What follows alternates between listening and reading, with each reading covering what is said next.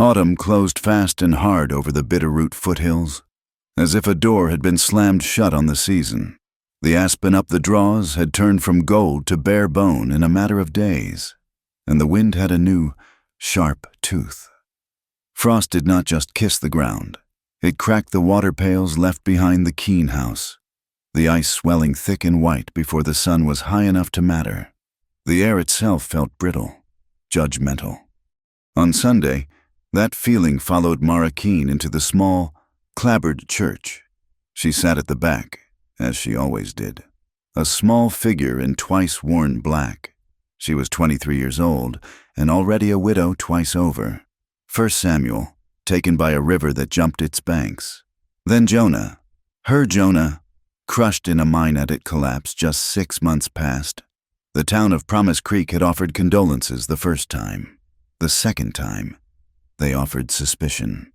She kept her eyes down, fixed on the worn pine floorboards, listening to Reverend Pike speak of Job and the trials of the righteous. But the trials of the righteous, it seemed, did not include her. She could feel the stares, the way the congregation breathed in when she shifted on the hard pew. A young ranch hand, new to the valley, moved past her to add wood to the stove. He fumbled with a lantern he was carrying, and as he drew near Mara, he flinched as if her black dress had scorched him. His hand jerked. The lantern slipped from his grasp, struck the floor with a terrible clatter, and the glass chimney shattered. Oil spilled, and the flame hissed and leaped before dying in a plume of acrid smoke. A collective gasp sucked the air from the room. The Reverend's words on the Job choked off. No one looked at the ranch hand. Every eye in the building turned to Mara. "An omen," a woman whispered, loud enough to be heard over the nervous shuffle. "She brings it with her," another added. Mrs. Gable, who had known Mara since she was a girl, pulled her own daughter closer, shielding her from the aisle. Mara felt the heat rise in her face, a flush of shame so hot it felt like a slap. She wanted to shrink, to disappear into the floorboards. The ranch hand stammered an apology and gathered the broken glass. But the damage was done. The omen had been declared. When the service let out, the congregation parted around her like water around a diseased stone. No one met her eye. No one spoke her name. She was a curse. The supper that evening at the Keene house was a trial of silence. The food, boiled potatoes and a stringy cut of salted pork, was heavy and tasteless. Her younger brother, David, and sister, Clara, had been sent to their attic room early, their small faces pinched with a fear they did not understand but had caught from their parents. There was only the sound of her father's fork scraping his plate and the ticking of the mantel clock, each second falling like a hammer blow. Her mother, Ruth, did not eat. She sat with her hands twisted in the lap of her apron, her gaze fixed on the dark window. Finally, Thomas Keene laid his fork and knife neatly across his plate. He was a devout man, a man who saw the hand of God in the wind and the rock. And lately, he saw that hand raised against his house. He folded his own hands on the table. "Mara," he said, and his voice was flat, worn smooth by a week of hard prayer. She looked up, her stomach clenching. "Your mother and I have spoken. We have prayed on this matter until our knees are raw.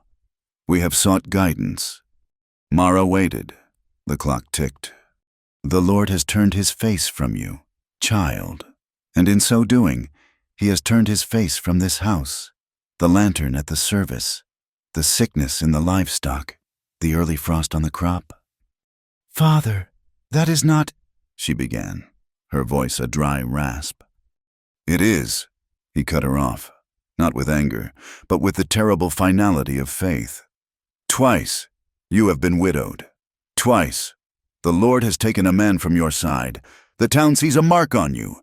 They see a blight, and we can no longer ask for favor when we harbor the blight under our own roof." The air left her lungs. "What are you saying?" Ruth Keene let out a small, strangled sob, but she did not look at her daughter. She turned her face further toward the black glass. "You will not bring ruin on the younger children," Thomas said. "You will not be the source of our ill standing with God or with our neighbors. You will leave in the morning." The words were so simple, so plain, they did not seem real. "Leave, Father! Leave and go where? The passes will be snowed in within a fortnight. The freight wagon is not due for another week." "I cannot speak to the freight wagon." "Please," she whispered, the shame breaking, replaced by a cold spike of panic. "One more week, just 1 week. I will pay for my board. I have a little savings. I will not be a burden. Please, Father, do not do this." "We have done it," he said. He pushed back his chair. "A hard heart is needed for the Lord's work. We will not shelter this curse. Mara, you will be gone by dawn." He said it without looking at her, speaking to the corner of the room as if she were already a ghost. Her mother wept, a silent, terrible shaking of the shoulders. Her back turned. Mara looked from one to the other, her father's rigid spine, her mother's bowed head. There was no appeal. The jury was in. The sentence was passed. She rose from the table, her legs shaking, and went to the small cot in the lean-to that had been her room. She did not cry. The cold had settled too deep for tears. At dawn, the world was gray and unforgiving. The light was thin, promising nothing. Mara moved with a numb efficiency. She had little to her name. She dressed in her only other skirt and bodice, pulling her heaviest shawl, the one Jonah had bought her, around her shoulders, into a canvas satchel. She packed a spare shift, a wool blanket, and the hardtack and dried apples her mother had left on the porch, a coward's offering. Her savings, $3 silver and a handful of coin, went into a small leather pouch tied to her waist. Last, she took the small, ledger-bound journal that had been Jonah's. It was full of his neat, cramped writing, numbers, names, notes on ore sacks and timber supports. It was the only part of him she had left. She tied it securely and tucked it inside her bodice, where it rested cold and hard against her skin. Her father had borrowed a mule from a neighbor, a sullen, bony creature named Jed. He had already strapped her satchel to its back. He stood by the gate, his face set. He offered her no blessing. He did not touch her. "Go north," he said, pointing up the wagon trace that led into the high country. "There are mining camps. Perhaps they will have work. Or go east to the territories. But do not stay in this valley. Do not turn back." Her mother stood at the window, a pale shape in the dim kitchen, her hand pressed to the glass. She did not come out. Mara did not look at her father. She took the mule's lead rope. She did not say goodbye. She put her back to the only home she had ever known and began to walk. She walked north. The rutted wagon trace was iron-hard with frost, and the walking was easy at first. The wind, however, was a constant enemy. It came down from the peaks, which already shone with new, blinding snow. It rasped the dry bunchgrass on either side of the trace, a sound like 100 snakes whispering, "Cursed! Cursed! Cursed!" She pulled her shawl tighter and leaned into the wind, her head down. The mule plodded behind her, its breath pluming in the air. All morning, she walked, climbing higher into the foothills, leaving the valley of Promise Creek behind her. She did not look back. By noon, the sun was a weak coin in a flat gray sky. She stopped to rest the mule and eat a piece of hardtack, her fingers so cold she could barely break it. The silence was vast, broken only by the wind and the occasional caw of a raven. The light began to fail early, as it always did in the timber. The sun did not set. It simply fell, dropping behind the western ridge like a stone. The shadows in the pines deepened from gray to a bruised, menacing purple. She had hoped to find a line shack, some trapper's lean-to, but there was nothing. Only trees and rock and the rising, keening wind. She was in a narrow draw, thick with lodgepole pine, when she saw it. A gray shape, moving parallel to her in the trees. It was fluid and silent, a ghost in the twilight. A lone wolf. It was gaunt, its ribs showing even from a distance. It was not looking at her, but at the mule. Jed scented it at the same moment. The mule's head snapped up. Its ears went flat. It let out a heaving bray of pure terror. "Easy, Jed," Mara whispered, her own heart leaping into her throat. She tugged on the lead. The wolf stopped, 20 yards distant, and watched them, its yellow eyes seeming to glow in the dusk. The mule reared, pulling the rope from her frozen hand. It spun, its eyes white, and bolted, crashing back the way they had come. "No!" Mara cried. "Jed, come back!" She lunged for the rope, missed, and stumbled. The mule, mad with panic, scrambled up the side of the draw. It hit a patch of loose shale, and its hooves sent a cascade of flat, sharp rocks down the slope. Mara, off balance, was caught in the slide. She cried out as her feet went out from under her. She was dragged down the shale slope, rocks tearing at her skirt and her hands. She landed hard at the bottom of the draw in a heap, her body slamming against a fallen log. For a moment, she lay stunned. The wind knocked out of her. The mule was gone. The clatter of its hooves faded into the distance. The silence that fell was absolute. She pushed herself up onto her elbows. Her hands were raw, bleeding. Her shoulder ached. She tried to get to her feet, and a white-hot scream of pain tore up from her ankle. She collapsed back into the dirt. Her ankle, she had wrenched it, badly. It was already beginning to swell, a sickening, throbbing heat.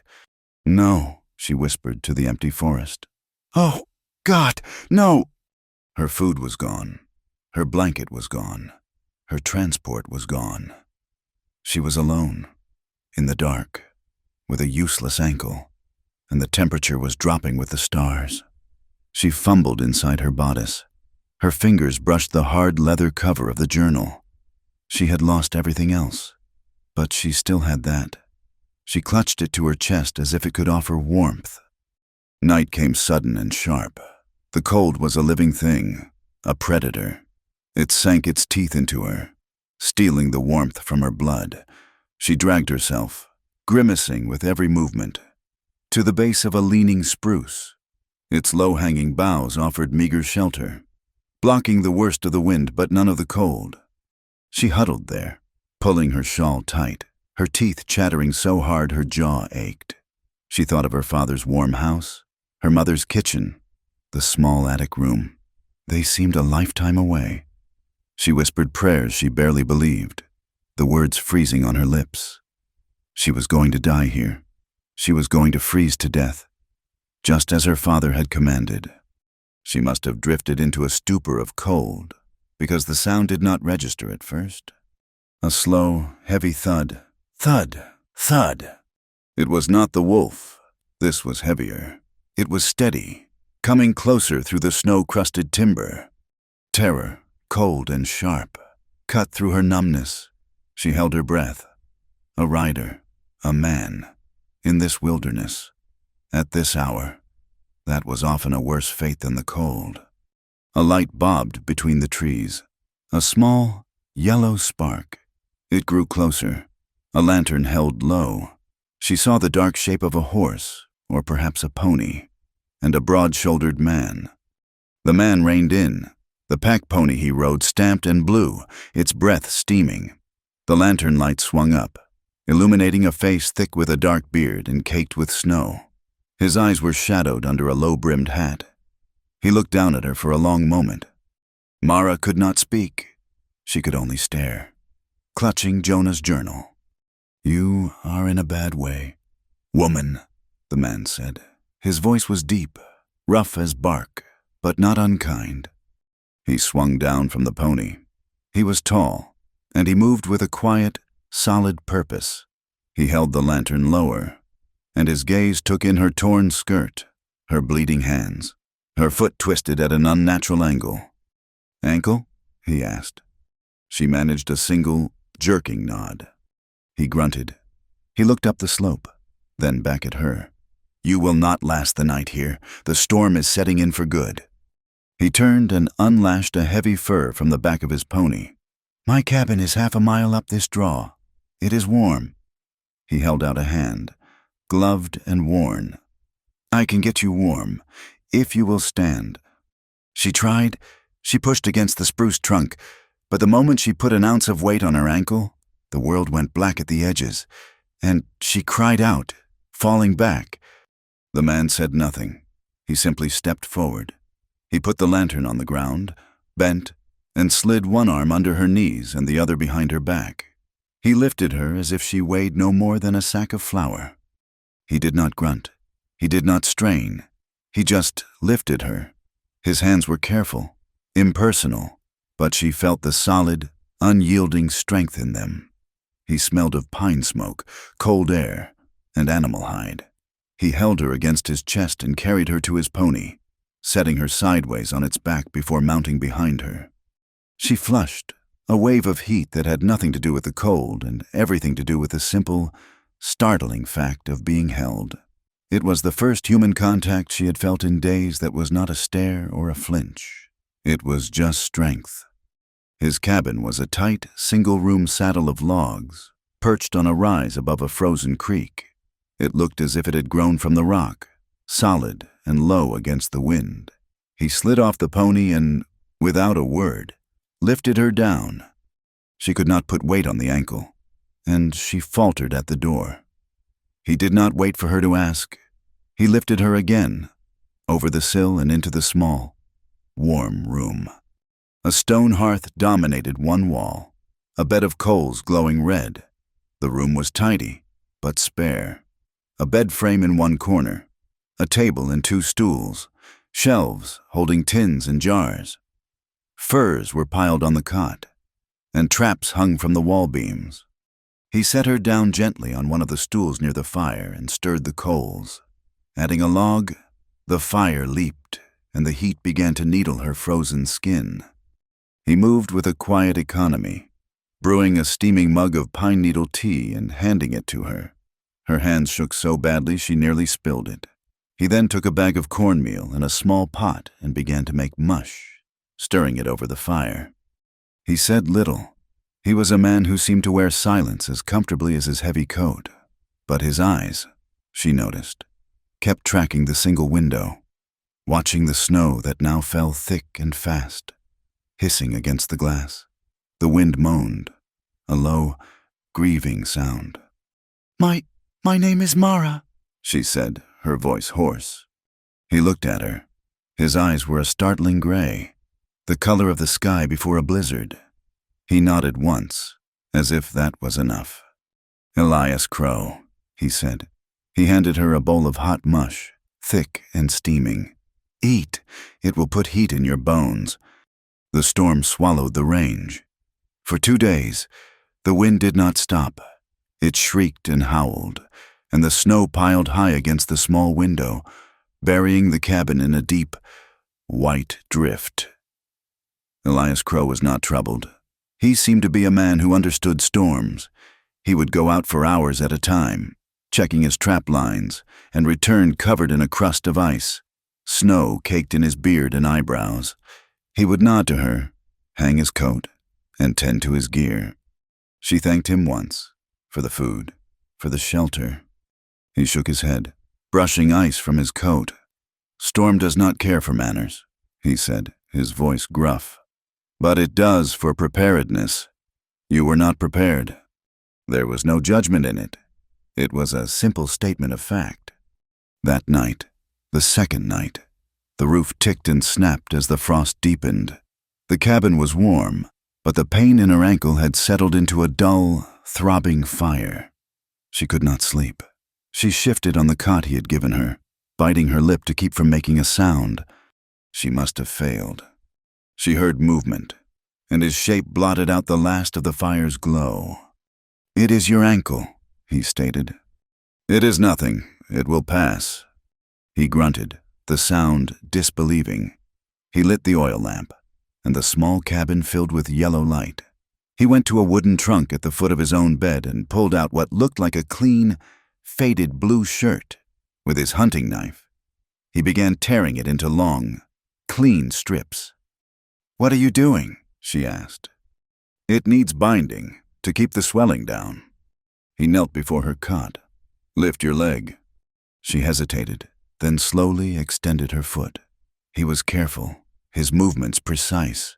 He took her foot in one hand, his palm rough and warm against her cold skin. He began to wrap the ankle, his touch firm but surprisingly gentle. His fingers brushed the bare skin above her stocking, just below her calf. A shock went through her, sharp and sudden as the cold. Both of them went still. She could feel the calluses on his thumb, resting for a fraction of a second on her skin. Her breath hid in her throat. She could hear the wind, the fire, and the sudden loud beat of her own blood. He did not look at her face. He stared at his own hand, as if it had betrayed him. Then, slowly, he finished the wrap, tied it off, and pulled his hand away. "That should hold," he said, his voice thicker than before. He stood, cleared his throat, and moved back to the hearth. He banked the fire for the night, his movements quick, almost harsh. He put out the lamp, plunging the room back into darkness, and went to his own bed. Mara lay in the dark, her ankle bound, her skin still tingling where he had touched her. For the first time in months, she did not feel like a curse. She just felt like a woman. In the gray hour just before dawn, she woke from a nightmare. It was always the same. Hands pushing her out a door. Her father's face, hard as rock. Her mother's, turned away. The sound of a door slamming shut against the cold. She sat up. A small cry caught in her throat. Her cheeks were wet. Across the small room, a sound, scrape, scrape, tap. Elias Crow was already awake, sitting at the small table, bathed in the gray light from the snow-covered window. He had a block of wood and his knife, and he was whittling a peg. His hands moved with an efficient, steady rhythm. He had to have heard her. He had to have seen her wipe the tears from her face with the heel of her palm. He did not look up. He did not ask what was wrong. He just kept working the wood, the knife making its steady, rhythmic sound. After a long minute, he spoke, his voice quiet. "The fire is low," he said, still not looking at her. "It needs wood." Mara took a shaky breath. He was not prying. He was not judging. He was giving her the dignity of her own grief. He was just a man stating a fact, inviting her to join the world of the living, a world where fires needed tending, even after nightmares. She swung her legs over the side of the cot, testing the tightly bound ankle. It was sore, but it was solid. He had done a good job. "I can do it," she said. The storm did not break. It settled, locking them in. The snow stacked high, a white deluge that buried the world. It crept up the cabin's log walls, burying the single window until only the top panes let in a dim, gray light. The tops of the fence rails Elias had built for a small paddock vanished, and the woodpile became a smooth white mound, indistinguishable from the drifts. Elias, pragmatic and grim, knew the danger. He strung a heavy hemp line from the cabin door to the lean-to's shed where he kept his seasoned wood and cured meat. "If a whiteout hits when I am out," he told her, his voice flat, "and you cannot see your own hand, this line is the only thing that finds home. Do not leave the cabin without a grip on it." Her ankle, bound and rested, had faded from an angry purple to a mottled yellow. It was stiff, but it would hold her. Elias fashioned crude snowshoes, bending willow branches into ovals and lashing them with strips of rawhide. He knelt and tied them onto her boots, his movements efficient, his hands brushing her legs without ceremony. He took her just outside the door, into the blinding white. The air was so cold it felt like a solid thing. You walk wrong, you will break them, or your leg. Step with a rolling gait. Heel, then toe. Lift your feet. Do not let the webbing snag. She felt clumsy, a child learning to walk again. The shoes were awkward, wide plates of wood and gut. On her third step, the webbing of one shoe caught the other, and she pitched forward into the snow. She cried out, more in frustration than pain. He did not offer a hand. He just waited. Again. She pushed herself up, her clothes caked in snow, and tried again. Heel, then toe. She managed 5 steps.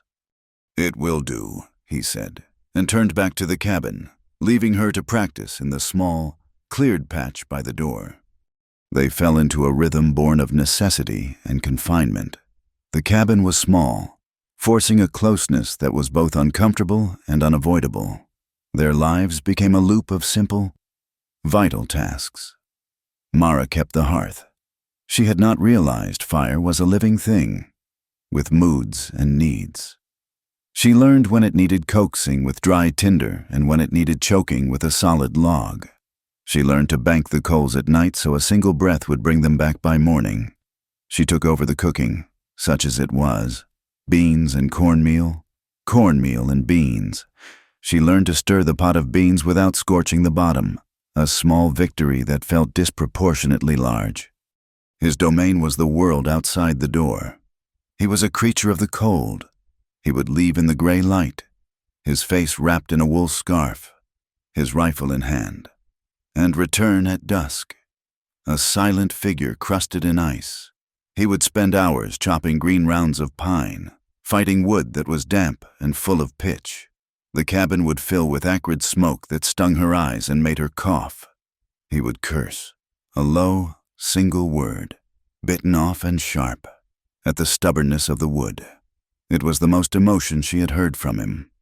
The evenings were the longest. The wind provided the only conversation, a high, lonely moan around the chimney stones. The silence inside was heavy, freighted with things unsaid.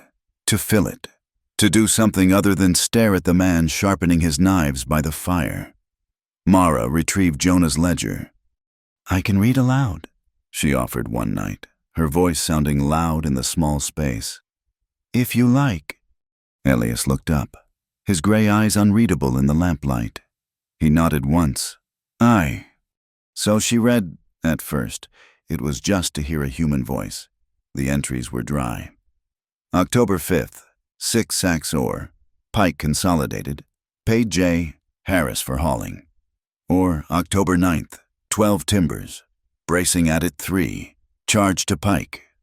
But as the nights wore on, she read deeper, her voice gaining confidence.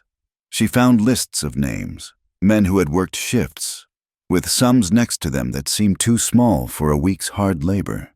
Then she found a section near the back, the writing smaller, more cramped. Men who never came to collect their pay. There were 4 names. One of them, she recognized. A young Irishman, Patrick Flannery, who had supposedly left for California in a hurry. "That is strange," she murmured, tracing a line with her finger. "Jonah writes here that Mr. Abernathy was paid in full on November 1st, but I remember his wife complaining at the mercantile that they had no money for flour just a week later. She said her husband never saw the color of that money." Elias stopped his work, his hands still on the whetstone. He was listening. She read on, finding discrepancies. Numbers of ore sacks tallied in one column did not match the payment receipts noted in another. Initials she did not recognize appeared next to large withdrawals of blasting caps. It was more than just bookkeeping. It was careful, secret accounting. She realized Jonah, quiet, methodical Jonah, had been watching. He had been documenting a theft. A cold understanding began to settle in her stomach, a feeling that had nothing to do with the wind outside. One night, the wind died. The silence that replaced it was absolute, as if the world were holding its breath.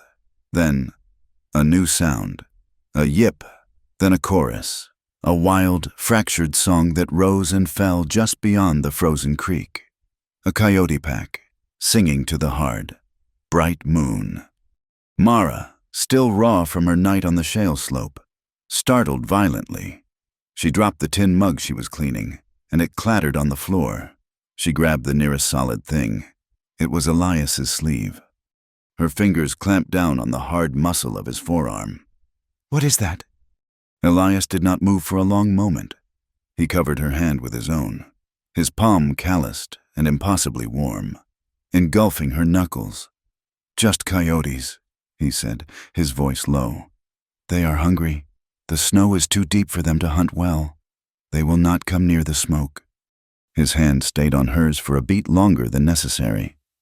She pulled her own away, her skin flushing. He looked into the fire, his face softening in a way she had not seen, the harsh lines easing. "They remind me," he said, his voice quiet. "After the war, I was wintering alone, up in the Wind River Range. I was not right in my mind. The cold gets in. It makes you see things, makes you forget who you are." He paused, lost in the memory, turning a piece of kindling over in his hands. "I was on bad ice, mine just slipping. I do not know how long I walked. A stranger found me, a Shoshone man. He did not speak a word of English, just pulled me into his lodge. It was warm. He gave me a place by his stove, fed me broth. I stayed 3 days. When the fever broke, I left. I never knew the man's name." He turned his gray eyes to her, and she saw a vulnerability there she had not expected. "It is a debt I still carry. Some things you cannot repay. You can only pass them on." He was explaining why he had taken her in.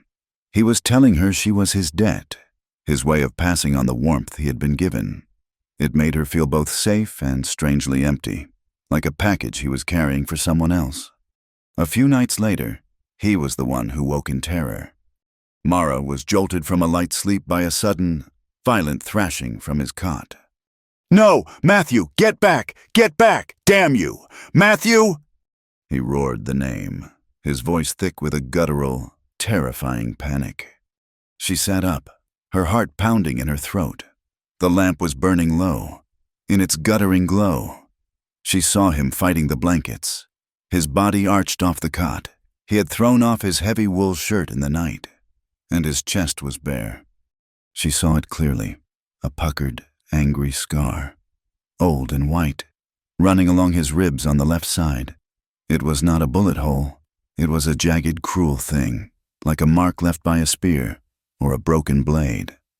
"Elias," she said, scrambling from her cot. "Elias, wake up! You are dreaming!"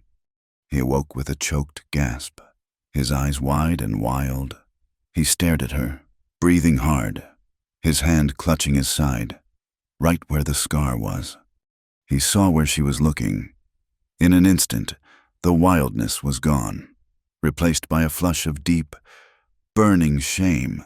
He grabbed his shirt from the floor and pulled it on, fumbling with the buttons, his back to her. "It was nothing," he grated. "A bad dream. Go back to sleep." She knew better than to ask. She knew the look of a man slamming a door on a room he did not want anyone to see. Instead, she went to the water bucket, broke the thin skin of ice that had formed on its surface, and poured him a dipper. She held it out. He did not turn around for a long moment. When he did, his face was a mask, but his hands were shaking. He took the dipper, drank it down in 2 long swallows, and handed it back, his knuckles brushing hers. "Thank you," he whispered. He went to the cabin door, unbarred it, and stared out into the black, freezing night, just breathing the cold air. Gratitude flickered between them, a small, fragile coal in the cold. He had seen her terror, and now she had seen his. They were even. The gratitude sat poorly with her. She was a burden. She was his debt. She ate his food and slept by his fire, and she had given nothing in return. She thought constantly of the borrowed mule. Jed, her father, had borrowed it. Now it was lost, and the debt would fall on her father. A new shame, but worse. Elias had lost his pack pony, the one he had been riding when he found her. He had not mentioned it, but she knew he had spent 2 days tracking it, only to find signs of the wolf pack. She had to do something. She had to repay something. Her pride, the only thing her father had not been able to beat out of her, demanded it. She waited until Elias was gone, checking a trap line far up the ridge. The storm had paused. The sky a flat, bright white that hurt the eyes. She bundled herself in her shawl, pulled on the heavy boots, and strapped on the snowshoes. She took the guideline to the shed, but then she let it go. She would find the mule. She would bring it back. It was a foolish, desperate hope. She knew the way. Back down the draw, to the shale slope, to the leaning spruce where he had found her. The walking was harder than she remembered. The snow was deep, not packed like the trail to the shed, and the snowshoes sank 6 inches with every step. She was clumsy, but she pushed on, driven by the need to not be useless, to not be a curse. It took her almost 2 hours to reach the spot. The spruce was there, its boughs heavy with a new load of snow. There was no sign of the mule, only the tracks of the coyote pack. Everywhere, stamped into the snow. She knew, with a sinking final heart, what had happened to Jed. The cold, which she had ignored in her pride, suddenly hit her. She was sweating under her layers, and the sweat was turning to ice. Her ankle began to ache, a deep, pulling pain. Exhaustion swept over her, sudden and complete. She leaned against the spruce, the same one, and slid down into the snowdrift at its base. She was just so tired. She would rest for a minute, just 1 minute. She woke to her name being shouted, a sound of pure rage. "Mara! Damn it! Mara!" Elias was there, his face a mask of cold fury. He plunged through the knee-deep drifts toward her, his own snowshoes moving with an angry, powerful gait. "What in God's name are you doing?" he roared, hauling her to her feet by her arms. "The mule," she whispered, her teeth chattering. I had to find the mule." "The mule is dead," he said, his voice flat and hard. "The wolves took it the first night. Did you think it was waiting for you? Did you think it was sleeping?" He shook her, not hard, but enough to rattle her. "You fool! You proud, stubborn fool! You would trade your life for a dead mule, for pride? You would die out here for nothing?" He was furious. But as he looked at her blue-tinged lips and the ice forming on her eyelashes, the anger died, replaced by something else, a raw fear. He swept her up into his arms, lifting her outright, just as he had the first night. He held her as if she might break, his arms locked around her. "You do not trade your life for pride," he whispered, his voice rough with an emotion she could not name. He held her tight against his chest, and she could feel the frantic, heavy beat of his heart against her own. He carried her back to the cabin, his long strides eating the distance. When he set her down inside, over the sill, they were both breathing hard. She looked up at him, and he looked down at her. The air in the small room was thick, charged with the anger and the fear and the relief. It was not just from the exertion. It was from the sudden, terrifying realization of what it would have meant to find her frozen. The incident changed the air between them. The polite distance was gone. They were two people who had seen each other's foolishness and fear. And they were two people running out of food. The beans were gone. The cornmeal was a dusting at the bottom of the sack. The storm held, and Elias's traps were coming up empty. A new kind of silence settled in.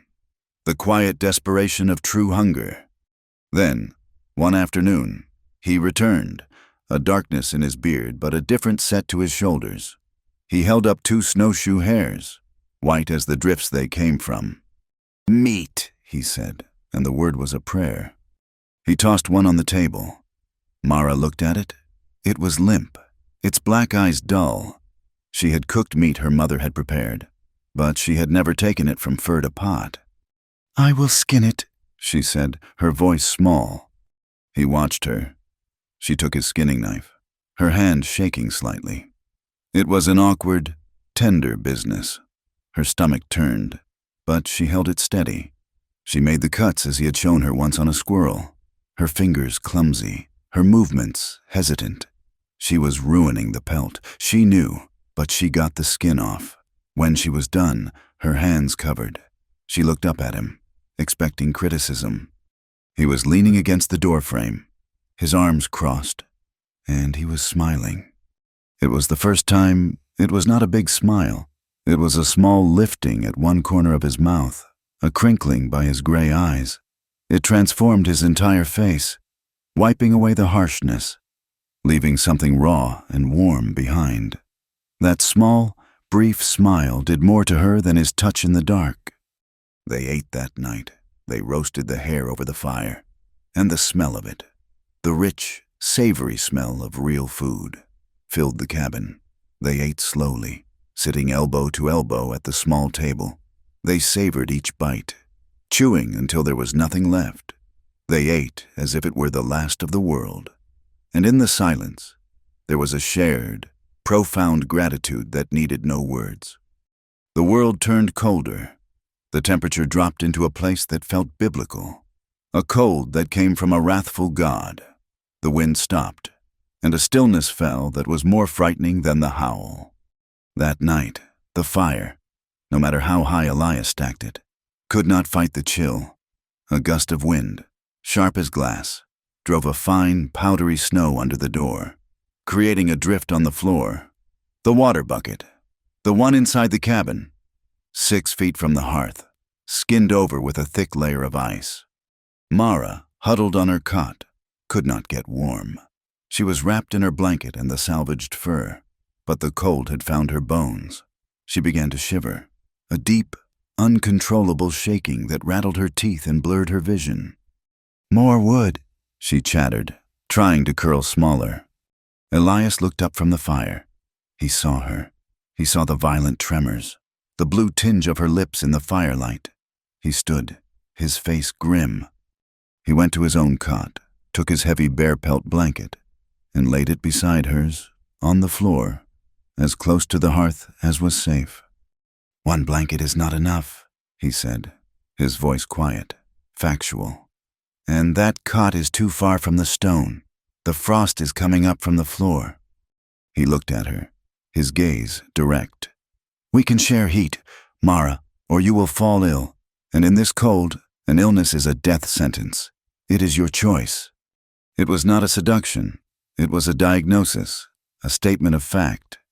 She stared at his mouth, the lines around it softened by the firelight. She was so cold. She was so tired of being cold, of being alone. She gave a single, jerking nod. He lay down first, on his side, his back to her. She lay beside him, pulling her own blanket over them both. She was stiff, her body rigid with tension. He was a large man, and his back was a solid wall of heat. "Turn," he murmured, his voice muffled. "Your back to me. It will hold the heat better." She did. She turned, her body shaking, and curled on her side. He shifted behind her, curving his body to hers. The first press of his chest against her back was a shock. It was solid, warm, and so intensely male. It was a feeling she had not known since Jonah. A wave of panic, or perhaps fear, washed through her, and she stiffened. "It is just for warmth," he said, his voice a low rumble against her shoulders. But it was a lie, and they both knew it. Slowly, as the heat from his body began to seep into her own, the shivering subsided. The relief was so profound it was almost painful. His breath warmed the wisps of hair at her neck, and she closed her eyes, sinking into the feeling. She could feel the steady, slow beat of his heart against her spine. She could feel him fighting the same current she was fighting. This was not just warmth. This was contact. This was the first intentional, non-medical touch they had shared. The storm howled outside, a distant, lonely sound. Inside, a second fire was being stoked. It was a fierce, clean desire that rose from the long nights, the shared fear, and the simple, undeniable pull of two bodies in the dark. They both trembled, but not from the cold. Not anymore. Her hand, trapped between them, found his wrist. She closed her fingers around it, feeling the rough skin, the thick bone. His pulse beat, sure and strong, beneath her touch. He let out a long, slow breath. His voice was rough, barely a murmur. "I will not take," he said, "what you do not offer." She was quiet for a long time, listening to the wind, feeling his heart. She thought of her father's house, of the word curse, of the coldness of her life. She did not know what she deserved. She had been told she deserved nothing. "I do not know what I deserve," she whispered, her voice so quiet it was barely sound. "I only know what I want." It was enough. It was an answer. He did not move. He did not turn her. He did not kiss her, but his arm, which had been resting between them, moved. It slid around her waist, pulling her closer, pressing her back fully against his chest. He held her, just held her. They did not cross the final line, but in that long winter hour, with the storm howling for them, they both chose each other in silence. It was a vow made without words, a promise sealed by a shared pulse. When morning came, the world was transformed. The wind was gone. The silence was absolute. Light, brittle and blue, flooded the small cabin, reflecting off the high drifts. The storm had spent itself. Mara woke first, still wrapped in his arms. His hold had not loosened in the night. She lay still, breathing in the scent of him, feeling the profound, simple safety of it. He stirred, his breath catching, and he slowly, reluctantly, released her. He sat up, running a hand through his sleep-tangled hair, and looked at the window. "It is over," he said. He rose and went to the door, pulling it open. The light that struck the floor was blinding. The air was sharp, clean, and so cold it stung the lungs. "The passes will be wrecked," he said, staring at the mountains of snow. "The spring melt will wreck the roads. It is time to see the low country." Mara sat up, pulling the blanket around her. The low country, the town, her father, the whispers. The cold returned, but this time it was from a different source. Elias turned to her. His face was unreadable, but his eyes were steady. He was not sending her away. He was going with her. She nodded. "I will be ready." As he went out to check the sky, she dressed, her hands sure. She found Jonah's ledger, which she had kept wrapped in her spare shift. She held it for a moment, the leather cool in her hands. It was not just a memory of her husband anymore. It was a weapon. It was an answer. She tucked it under her shawl, against her ribs, as if it were a living thing. The trail down from the high country was a traitor. The wind, which had howled for weeks, had done its work, scouring the snow from the high ridges, leaving only patches of bare, frozen rock and long stretches of old, packed snow that the sun had melted and the night had refrozen into sheer, gray glass. They moved slowly, Elias in the lead, his boots finding purchase where Mara could see none. He used his rifle as a staff, testing every step. Mara followed in his footprints, her bound ankle throbbing with a dull, insistent pain. The air was thin and bit at her lungs. They had left the muffled silence of the snowbound cabin and entered a world of sharp edges and vast, empty distances. The formality that had risen between them after their night of shared warmth was as brittle as the ice underfoot. It was a politeness that was too careful, a looking away that was too deliberate. They were no longer rescuer and victim. They were a man and a woman who had confessed a want, and now, in the harsh light of day, did not know what to do with it. They were traversing a knife-back ridge, the valley floor a dizzying 1,000-foot drop to their left. When her foot slipped, the ice offered no purchase. She cried out, a small, sharp sound. As her feet went out from under her, she fell hard, sliding toward the empty air. Elias moved with a speed that seemed impossible for his size. He spun, dropping his rifle, and lunged. His hands shot out and clamped onto her, his palm spreading wide over her ribs. Just beneath her breast, he caught her, his fingers digging into the thick wool of her shawl, and hauled her back from the edge. He held her against him, his other arm around her waist, her face pressed into the cold canvas of his coat. She could feel the solid, hammering beat of his heart against her cheek. She clutched his coat, her knuckles white. They froze. For a single, long heartbeat. There was no wind, no cold, no mountain. There was only the heat of his hand through her clothes, the solid wall of his chest, and the shared, ragged sound of their breathing.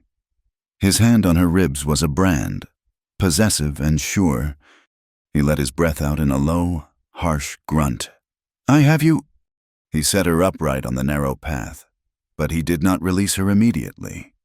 His hand lingered on her ribs, and his eyes searched her face, not for injury, but for something else. Something he seemed to be fighting. She could not look at him. She stared at the second button on his coat, her face burning with a heat that had nothing to do with exertion. "I am all right," she whispered, her voice unsteady. He took his hand away, and the cold rushed in to fill the space. He retrieved his rifle. "Watch your feet," he said, his voice rougher than before. He turned and started walking. They kept moving, the new, careful formality back in place. But it fooled neither of them. The ice had been broken, and the memory of his hand lingered. A silent promise. Promise Creek sat in a bowl of its own making, a hollow of smoke and cinders.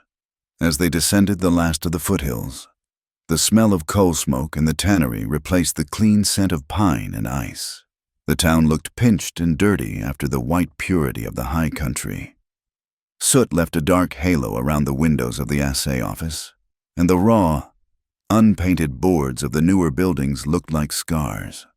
As they walked down the main street, the mud sucking at their boots, the church bell began to clap, a dull, joyless sound calling for evening prayers. It was the same sound that had told for Jonah. People saw her.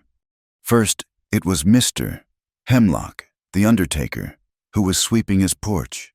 He stopped, the broom frozen in his hands, and his mouth fell open.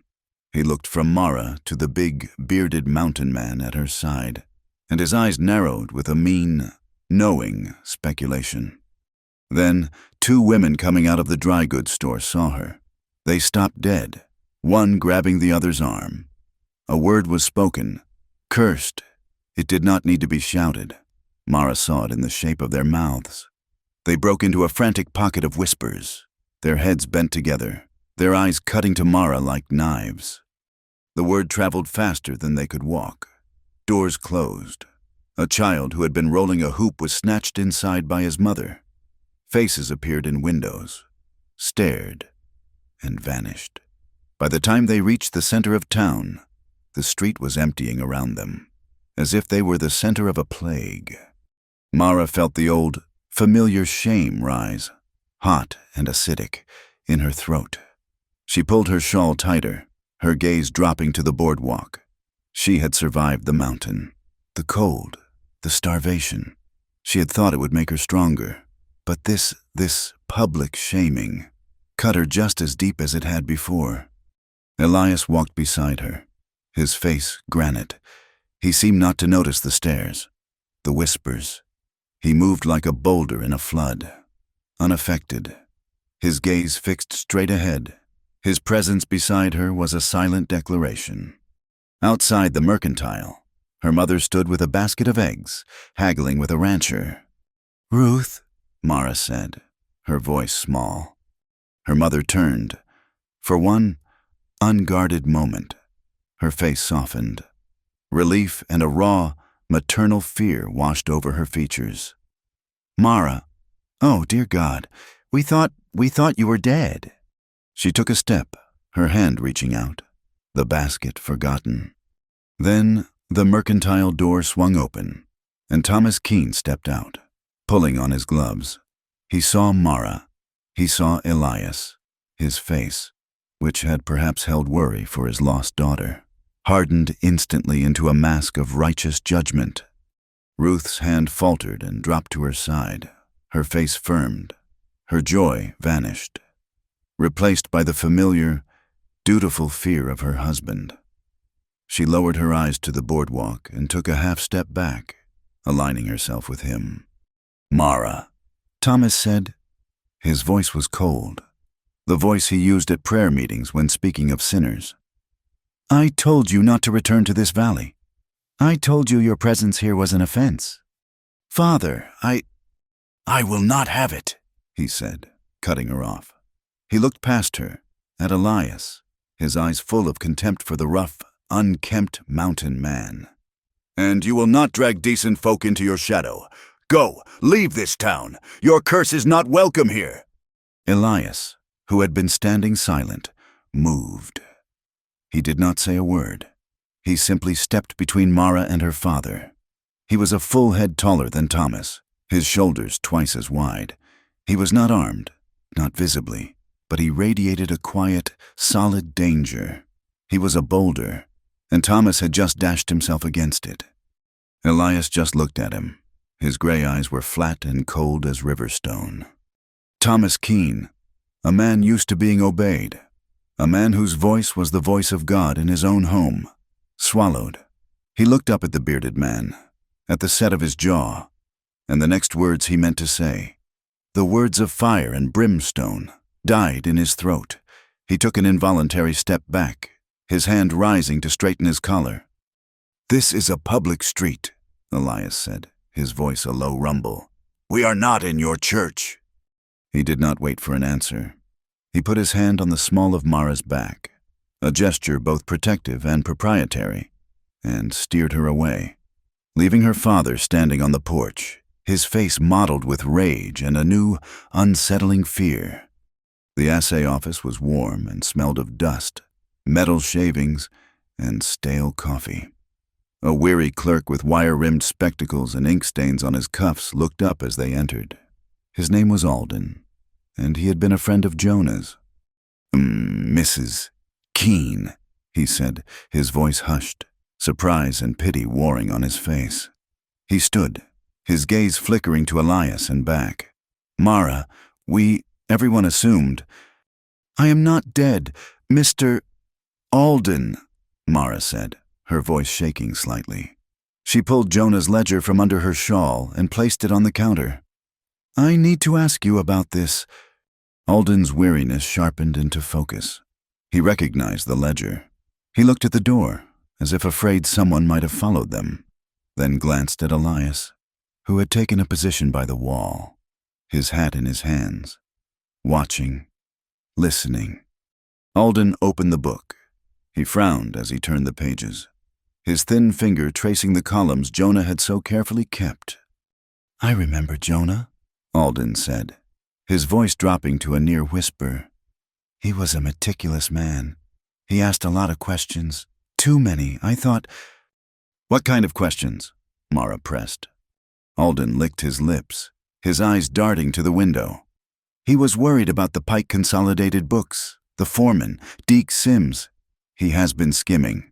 Everyone knows it, but no one says it. He gets men drunk at the saloon, gets them to sign claim transfers. Men who are desperate, men who cannot read the papers they are signing. He flipped to the back of the ledger, to the pages Mara had read aloud in the cabin. Jonah was tracking it, and he was tracking the dynamite requisitions. Alden pointed to a set of figures. These numbers do not match the mine's records. I know, I filed the blasted things. They are drawing twice the powder they are reporting. Enough to do a lot of damage. The bell on the office door jangled, and Mara jumped. Sheriff Carter Hale filled the doorway. He was a broad man with a cheerful face, a thick mustache, and eyes that were cold and assessing. He wore his star pinned to a fine wool vest. He smiled when he saw Mara. Well, well, he boomed, his voice filling the small office. The lost lamb returns. We heard you had taken to the hills. Mrs. Keene. Must have been a cold winter.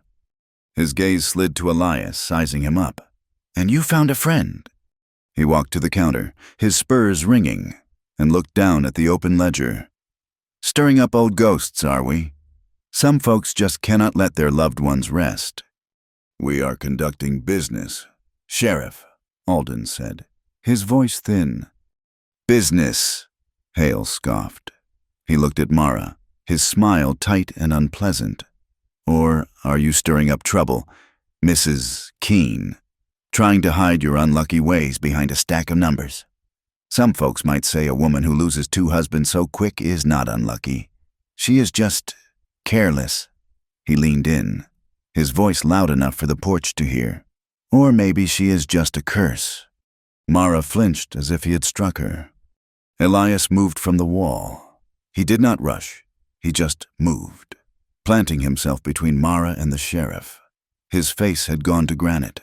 He looked down at the sheriff, and all the quiet patience he had shown on the mountain was gone, replaced by a cold, deadly stillness. He said one sentence, his voice low and clear. "You will not speak of her like that." The cheerfulness vanished from Hale's face. The air in the office crackled. The sheriff's hand, which had been resting on the counter, hovered for a second near the walnut grip of his pistol. He looked at Elias's eyes, and Elias did not blink. He looked at the man's sheer size, the breadth of his shoulders, the stillness that was not fear, but certainty. For a long moment, the only sound was the ticking of the wall clock. Then, Hale laughed. It was a short, sharp, ugly sound. He held his hands up in mock surrender. "No offense intended, friend, just making an observation. A man is dead. The widow shows up with a mountain man and a book of numbers. It looks suspicious." He backed toward the door, his eyes never leaving Elias. "You two have a pleasant day, but I will be keeping an eye on you. Both of you. This town does not like trouble. And you, Mrs. Keene, seem to carry it in your pocket."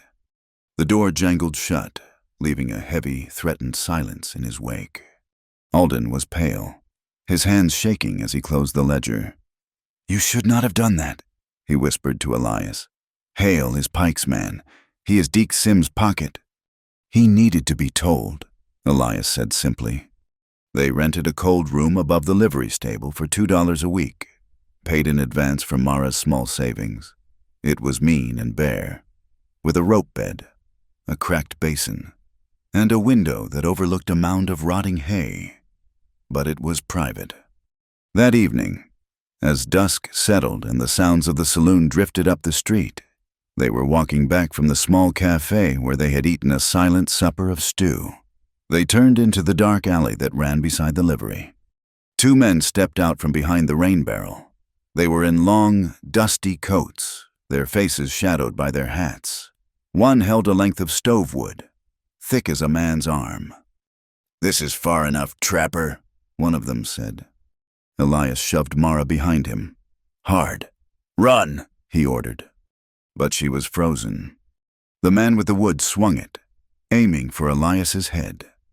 Elias did not step back. He stepped in, raising his left forearm. The wood connected with a sickening, wet crunch, a sound of wood hitting bone. Elias grunted, but his arm held. Before the man could recover, Elias's right hand moved. Not a punch, but a short, brutal body blow that sank deep into the man's soft middle. The man made a sound like a punctured bellows, all the air leaving his body in a wet, agonized whoosh. He dropped the wood and collapsed, folding in on himself, gasping. The second man, who had been pulling a knife, saw his partner go down. He looked at Elias, who was turning, his face a mask of cold rage, the pain from his arm unfelt. The man hesitated, then bolted, his boots pounding down the alley. Mara was shaking, her back pressed to the livery wall. She had screamed, a high, thin sound, and at some point she had swung the small basket she carried, the one with the pins and thread she had just bought. It had burst, scattering spools and beans across the mud. Elias stood over the groaning man, breathing hard. He flexed his left arm, his face tight with pain, but the bone was not broken. "Elia," she started. "Get inside," he said, his voice a low growl. He nudged the man on the ground with his boot. "Get up, and tell Deke Sims he missed." The man scrambled to his feet, clutching his stomach, and staggered away into the dark. Up in the cold room, Mara lit the lamp. Her hands were shaking so badly she could barely strike the match. The flame caught, illuminating the small, shabby space. Elias stood by the window, his back to her, testing his arm. "Let me see," she said. "It is fine." "Let me see it. Elias." He turned. He pulled back his sleeve, revealing a livid, swelling bruise that was already turning a dark, sickening purple from his wrist to his elbow. She poured water from the pitcher into the cracked basin. It was cold, but it was all they had. She tore a strip from her spare shift and dipped it in the water, her hands trembling. "Here," she said, her voice small. "Your knuckles. You are bleeding." He held out his right hand. His knuckles were split and raw. She began to clean the blood and alley filth from his skin. Her hands shook, splashing water onto his wrist. "I am sorry," she whispered, frustrated with her own fear. "I cannot seem to stop." He was quiet. He watched her, his face unreadable in the lamplight. Then, his gaze lifted from her hands to her face, and then to her shoulder, where her shawl had slipped. A livid, finger-shaped welt, old but still dark, marred the skin just above her collarbone. It was a mark from before, from a time when someone in town, drunk and angry after Jonah's death, had grabbed her hard, calling her a witch. Elias reached out, his uninjured hand, his left hand. He did not touch the bruise. He cupped her other shoulder, the uninjured one, his large, warm hand covering it. He held her, steadying her. "Just breathe, Mara," he said, his voice low and soft. "You are safe. Just breathe." He held her like that, his hand on her shoulder, his knuckles bleeding into her cloth, until her hands stopped shaking. That night, sleep was impossible. Elias lay on the floor, wrapped in his blanket, his injured arm resting on his chest. Mara sat at the small, rickety table, Jonah's ledger open in the lamplight. She did not just read, she studied. She used the spare page Elias had bought for her and a piece of charcoal from the cold stove. She pored over the numbers, her mind sharp and cold. She found what Jonah had seen, columns of figures that had been rearranged, payments for timber that were marked as paid twice, once to the mill and once to an account marked only with the initial H. She recognized other initials. Men from the church council, men who sat on her father's pew. There were payment marks for phantom workers, men who had never collected their pay because they had never existed. It was all there, a careful, meticulous map of greed, orchestrated by Pike and Sims, protected by Hale, and enabled, perhaps, by the silence of men like her father. She began to copy the entries, her hand small but fierce, each number a small act of defiance. This was not just Jonah's ledger. It was her name. It was her own. She would not be a curse. She would be a reckoning. In the morning, the light was gray and mean. Elias's arm was stiff, the bruise a terrible color, but he moved as if it did not bother him. They took Mara's copied page back to the assay office. Alden was already there, sweeping. He let them in before he opened for the day, locking the door behind them. Mara laid the page on the counter. "This is what Jonah found." Alden read her cramped, careful script. His face went pale. He sank onto his stool. "Dear Lord," he whispered. He looked at Mara, his eyes full of a naked, sickening fear. "Mrs. Keene, you cannot, I cannot. I have a child. I have a mortgage on my house. Pike owns the bank. He owns Hale. If I speak—" "We do not need you to speak," Elias said, his voice calm.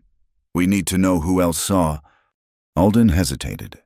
He looked at the locked door, then at Elias's bruised arm. He seemed to be measuring one fear against another. Hale and Sims are not the only ones who saw.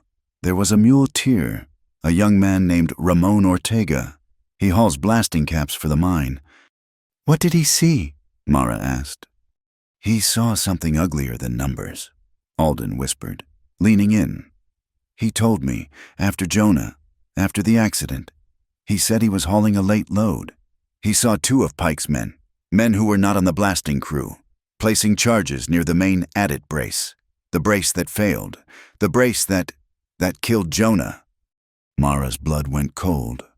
It was not an accident. Ramon said it was not. He said he lit out the next day, said he would not be part of a murder. He was terrified. He left after the first deep winter set in. He said he was going to winter at a line shack upriver, trapping, until the roads cleared and he could get to the territorial marshal. "Where is this shack?" Elias asked. "About 20 miles north, on the far side of the fork. He may still be there, or he may be dead." Elias nodded once. He put his hat on. "Thank you, Mr. Alden. You have done enough." They left the assay office and walked back to the mercantile, the same one her father visited. Elias went inside. Mara waited on the porch, her arms crossed, her jaw set. She saw him through the window. Her father, Thomas, was at the counter, speaking to the owner. He saw Elias. He watched as Elias walked to the back, his face hard, and bought a box of cartridges and a 20-pound sack of flour. Her father did not move. He just watched, his jaw tight, his hands gripping the counter. Mara stepped down from the porch, planting her feet in the mud of the main street. She stared at the window, right at her father. She waited. She waited for him to come out, to speak to her, to rage at her, to acknowledge her. Thomas Keene held her gaze for a long, cold second. Then he turned his back, finished his business, and walked out the mercantile's side door, avoiding her completely. They left town at dusk, moving north, following the wagon trace that led back into the foothills. They did not walk toward the high country, but parallel to it, keeping the river to their left. Elias had his sack of flour, the box of cartridges, and a small tin of coffee. Mara carried nothing but the ledger, tucked once more beneath her shawl, and the weight of her father's turned back. They did not speak of the fight, or of her father, or of what Alden had told them. They just walked, putting distance between themselves and the cindered bowl of Promise Creek. They made a cold camp miles upriver, in a stand of aspen that offered little shelter from the wind.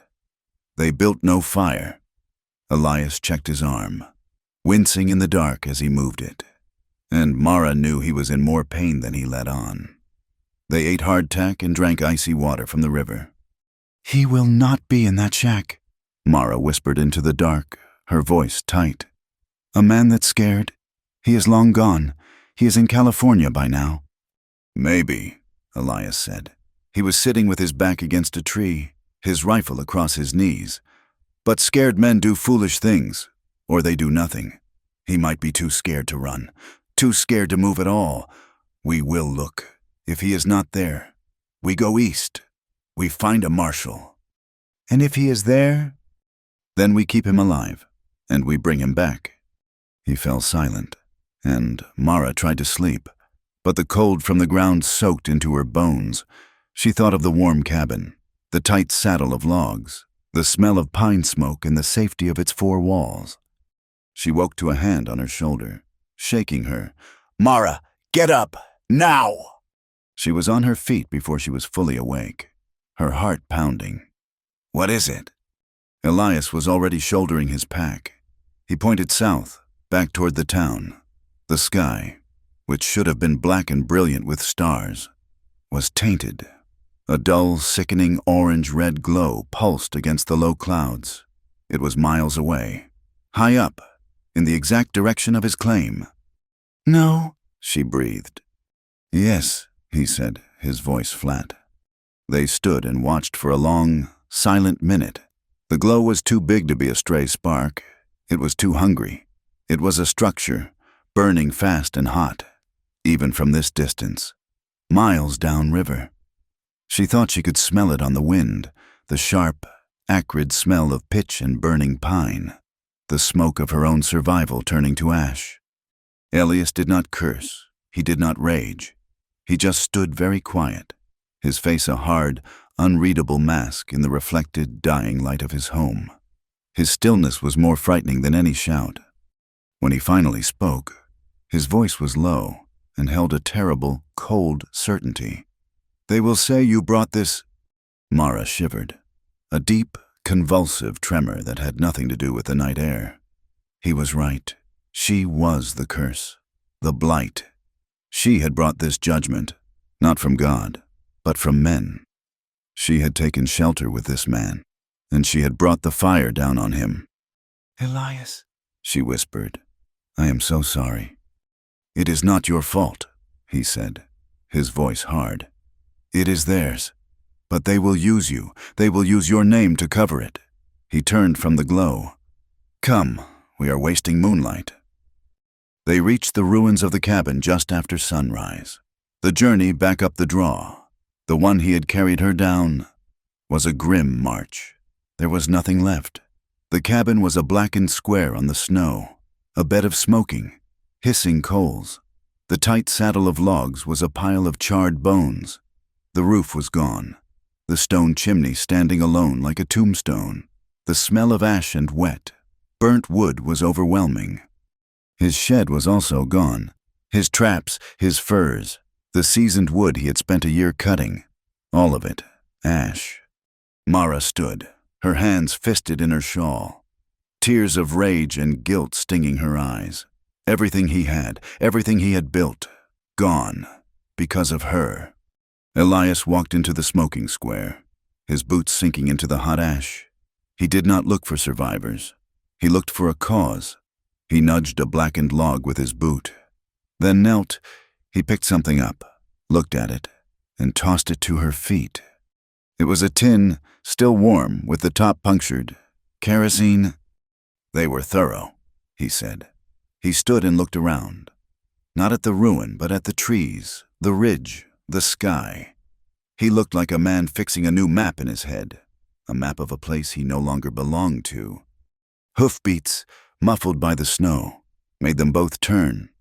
Sheriff Carter Hale rode out of the trees, followed by 3 men, all of them wearing the same bored, hard look. They were not a posse. They were a threat. Hale reined in, his horse dancing nervously away from the smoke. He smiled, a wide, unpleasant smile that did not reach his cold eyes. Judgment on foolishness, Hale called out, his voice booming in the quiet draw. He looked at the smoking ruin, then at Mara. Seems trouble follows you, Mrs. Keene, like a starved dog, first 2 husbands, and now this poor trapper's home. You truly are a blight. You did this, Mara said, her voice shaking with a cold fury. You burned him out. Hale laughed. Me? I was in my bed. No, this looks like an accident. Or maybe it was a judgment, a sign from the Almighty that your kind is not wanted, that this union is an offense. He gestured between Mara and Elias. Get off my claim, Elias said. His voice was quiet, but it cut through the morning air like a knife. This is not your claim anymore. Crow, Hale said, his smile vanishing. This is Pike Consolidated land, or it will be. Once the paperwork is filed, this is a dangerous, unstable area, prone to accidents. He patted his saddle horn. And now you have a dangerous, unstable woman with you, a woman who brings fire and death. He leaned forward, his voice taking on a tone of false concern. I am worried for you, Mrs. Keene, truly. A woman in your condition, unlucky, alone. You should be somewhere safe, for your own protection. She is safe with me, Elias said. I do not think so, Hale countered. I think she needs to be escorted to the county poorhouse, for her own protection, where she cannot cause any more harm. Mara's blood ran cold. The poorhouse. It was a prison, a place for the mad and the destitute, a place from which no one ever returned. Elias stepped in front of her. His hand was not near a gun. He just stood. No! The word was absolute. Hale looked at him, at the set of his jaw, at the pure, unadulterated certainty in his eyes. He looked at his 3 men, then back at Elias. He was not ready for this, not here, not now. He shrugged, a dismissive, easy gesture. Have it your way, trapper, but you cannot stay here. This is my county, and I am giving you a warning. As a representative of the law, you and this woman are a disturbance. I want you gone, out of the county, by dawn tomorrow." "Or what?" Elias asked. "Or I will arrest you both for vagrancy, or for arson. I am sure I can find a witness who saw this woman light the match. I am sure I can find someone who will say you are a danger to the good folk of Promise Creek." Hale smiled. "The poorhouse will seem like a kindness then. Dawn, do not be in my county when the sun comes up." He wheeled his horse, his men turning with him, and they rode away, their laughter drifting back on the cold, smoky air. They stood in the ashes for a long time. The silence was heavy. "He has given us our next move," Elias said at last. "The poorhouse?" Mara asked, her voice hollow. "No, the river. He gave us until dawn. He will expect us to run south or east. He will have men on those roads. He will not expect us to go north, upriver, to that line shack." "But we have no shelter, no food. Besides this," she patted the flour sack. "No blankets." "We have cartridges," Elias said, touching the box at his belt. "And we have a direction. It is enough. We go now, before he changes his mind and comes back." They left the smoking ruin of his life and pushed north, climbing deeper into the wilderness. The river, the North Fork, was their guide. It was a different creature than the placid stream near the town. Here, it was a roaring, angry thing, swollen with the first melt from the high snows. It ran hard and fast, choking on its own ice. Great shanks of it, thick as a man's chest, scraped and groaned along the banks, piling up in the shallows. The going was treacherous. There was no trail, only a steep bank of rotten snow and slick, ice-covered rock. They walked for hours, Elias breaking the trail, his bad arm a constant, aching weight. By late afternoon, they came to a place where the river narrowed, a sheer cliff of granite forcing them to cross. Elias found a ford, a place where a tumble of massive boulders made a series of stepping stones.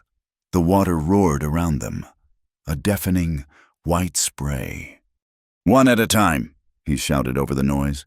"Step where I step. Do not look at the water. Look at the stones." He went first, leaping from one slick rock to the next, the sack of flour on his back. He made it to the other side and turned, his rifle ready in case she fell. Mara took a breath. Her ankle, the one she had wrenched, screamed in protest. She gathered her skirts, holding Jonah's ledger tight, and made the first jump. The stone was slick with a film of ice. She landed, her ankle turning, but held her balance. She made the second jump, and the third. She was halfway across, the roar of the water filling her head. When she slipped, her boot found no purchase. The current, which had been a sound, became a solid, monstrous hand. It plucked her from the rock, and she was gone. The cold was a physical blow, a solid punch that knocked the air from her lungs. She was dragged downstream, tumbling, her heavy wool skirts pulling her under. She fought, her arms flailing, but the river was too strong. Ice shanks scraped her, one gashing her cheek. She saw the gray sky, then black water, then sky. A shape plunged into the river from the bank, Elias. He had thrown his rifle and his pack and waded in. The water was to his hips in an instant, a raging, freezing torrent. He did not swim. He braced himself against the current, a rock himself, and as she was swept past, he lunged. His hand caught her collar. The fabric of her dress ripped, but it held. He hauled her, sputtering and choking, toward him. He got an arm around her ribs and began to fight his way back to the bank, dragging her with him.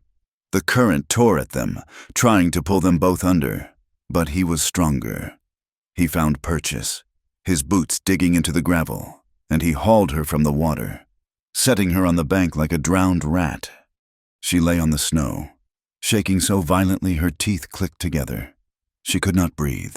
She could only gasp, the cold in her lungs burning worse than fire. Elias was on his knees beside her, also gasping, his clothes plastered to him. "Mara, breathe! Damn it, breathe!" She coughed, a racking, wet sound, and vomited river water. "Good," he grunted.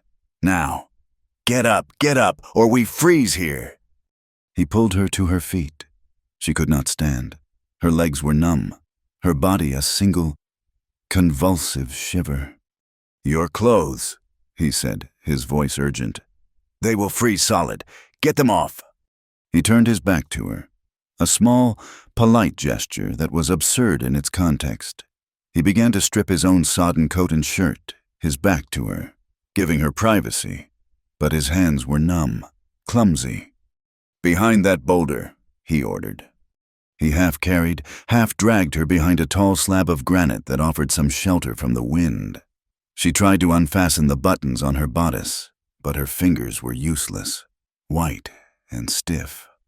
"I cannot," she chattered, tears of pure, cold misery freezing on her gashed cheek. "Turn around," he growled. She obeyed. She felt his hands on her back, his own fingers clumsy and cold, but strong. He did not fumble. He gripped the wet fabric of her bodice and ripped it open. He did not bother with the skirt, just pulled the whole sodden, heavy mess of wool and cotton down, stripping her to her wet shift. The wind hit her skin, and she cried out. "Here!" He had managed to strip his own shirt, the thick wool one he wore under his coat. It was not dry, but it was drier. It was warmer. He thrust it at her, his back still turned. "Put it on, now, and this." He handed her his heavy, half-dry coat. She pulled the wet shift over her head, her body shaking so hard she thought she would break. She pulled his shirt on. It was huge, falling to her knees, and it was warm. The heat of his body still lived in the cloth, a faint, clean smell of pine and man. The sudden, intimate warmth made her eyes sting. She pulled his coat on over it, a massive weight, and huddled into it. He was already dressed in his own spare, dry shirt from his pack, pulling his wet coat back on over it. His face was grim, his lips blue. "We walk," he said. "We walk or we die." They reached the line shack at dark. It was a miserable, tumbling structure, half dug into a hillside, its roof sagging under a load of old snow, but there was a thin, hopeful wisp of smoke rising from its chimney. Elias did not knock. He motioned for Mara to stay back, and he approached the door with his rifle leveled. He kicked it open. A man yelled in terror, and a shot exploded from inside, splintering the door frame. "Do not shoot!" Elias yelled, dropping to one knee. "We are not Hale's men. We are looking for Ramon Ortega." There was a silence from within. "Who are you?" A voice, accented and shaking, called out. "My name is Elias Crow. This is Mara Keene, Jonah Keene's wife. We need to talk to you." Another silence. Then, Jonah's wife? The figure of a man appeared in the doorway, holding a rifle that was shaking almost as badly as Mara was. He was young, with dark eyes, a thin mustache, and a face gaunt with fear and poor food. He looked at Mara, at her bare, scratched legs under the oversized coat, at the gash on her cheek, at her soaked, frozen hair. He looked at Elias, his clothes stiff with ice. "Madre de Dios," the man whispered. He lowered the rifle. Get in by the fire." His name was Ramon Ortega, and he was terrified. He gave them the last of his stew and watched them, his eyes darting to the door with every gust of wind. Mara, wrapped in his one spare, filthy blanket, told him their story. She told him about the ledger, about Hale, about the fire. When she finished, Ramon spat into the fire. "Pike Consolidated," he hissed, the name a curse. He looked at Mara, his dark eyes full of a sudden, sharp grief. "Jonah, he was a good man. He was fair. He always paid me on time, and he always gave me an extra $1 for my mother's medicine." "Alden said you saw something," Mara said, her voice hoarse. The day he died? Ramon's face closed. The fear came back, a curtain dropping. I saw nothing. I was just a muleteer. I saw nothing. Ramon, Elias said, his voice quiet, not threatening, but heavy. He was cleaning his rifle by the fire, his hands steady. They burned my cabin. They tried to run us out of the county. They called her a curse to hide what they did. Now they are hunting us. If they find us here, they will kill us all. You know that. Ramon stared into the fire, his hands twisting. They are devils, Deke Sims, and Hale. They are on Pike's payroll. Everyone knows. You cannot fight them. Jonah tried to fight them, Mara said, her voice fierce.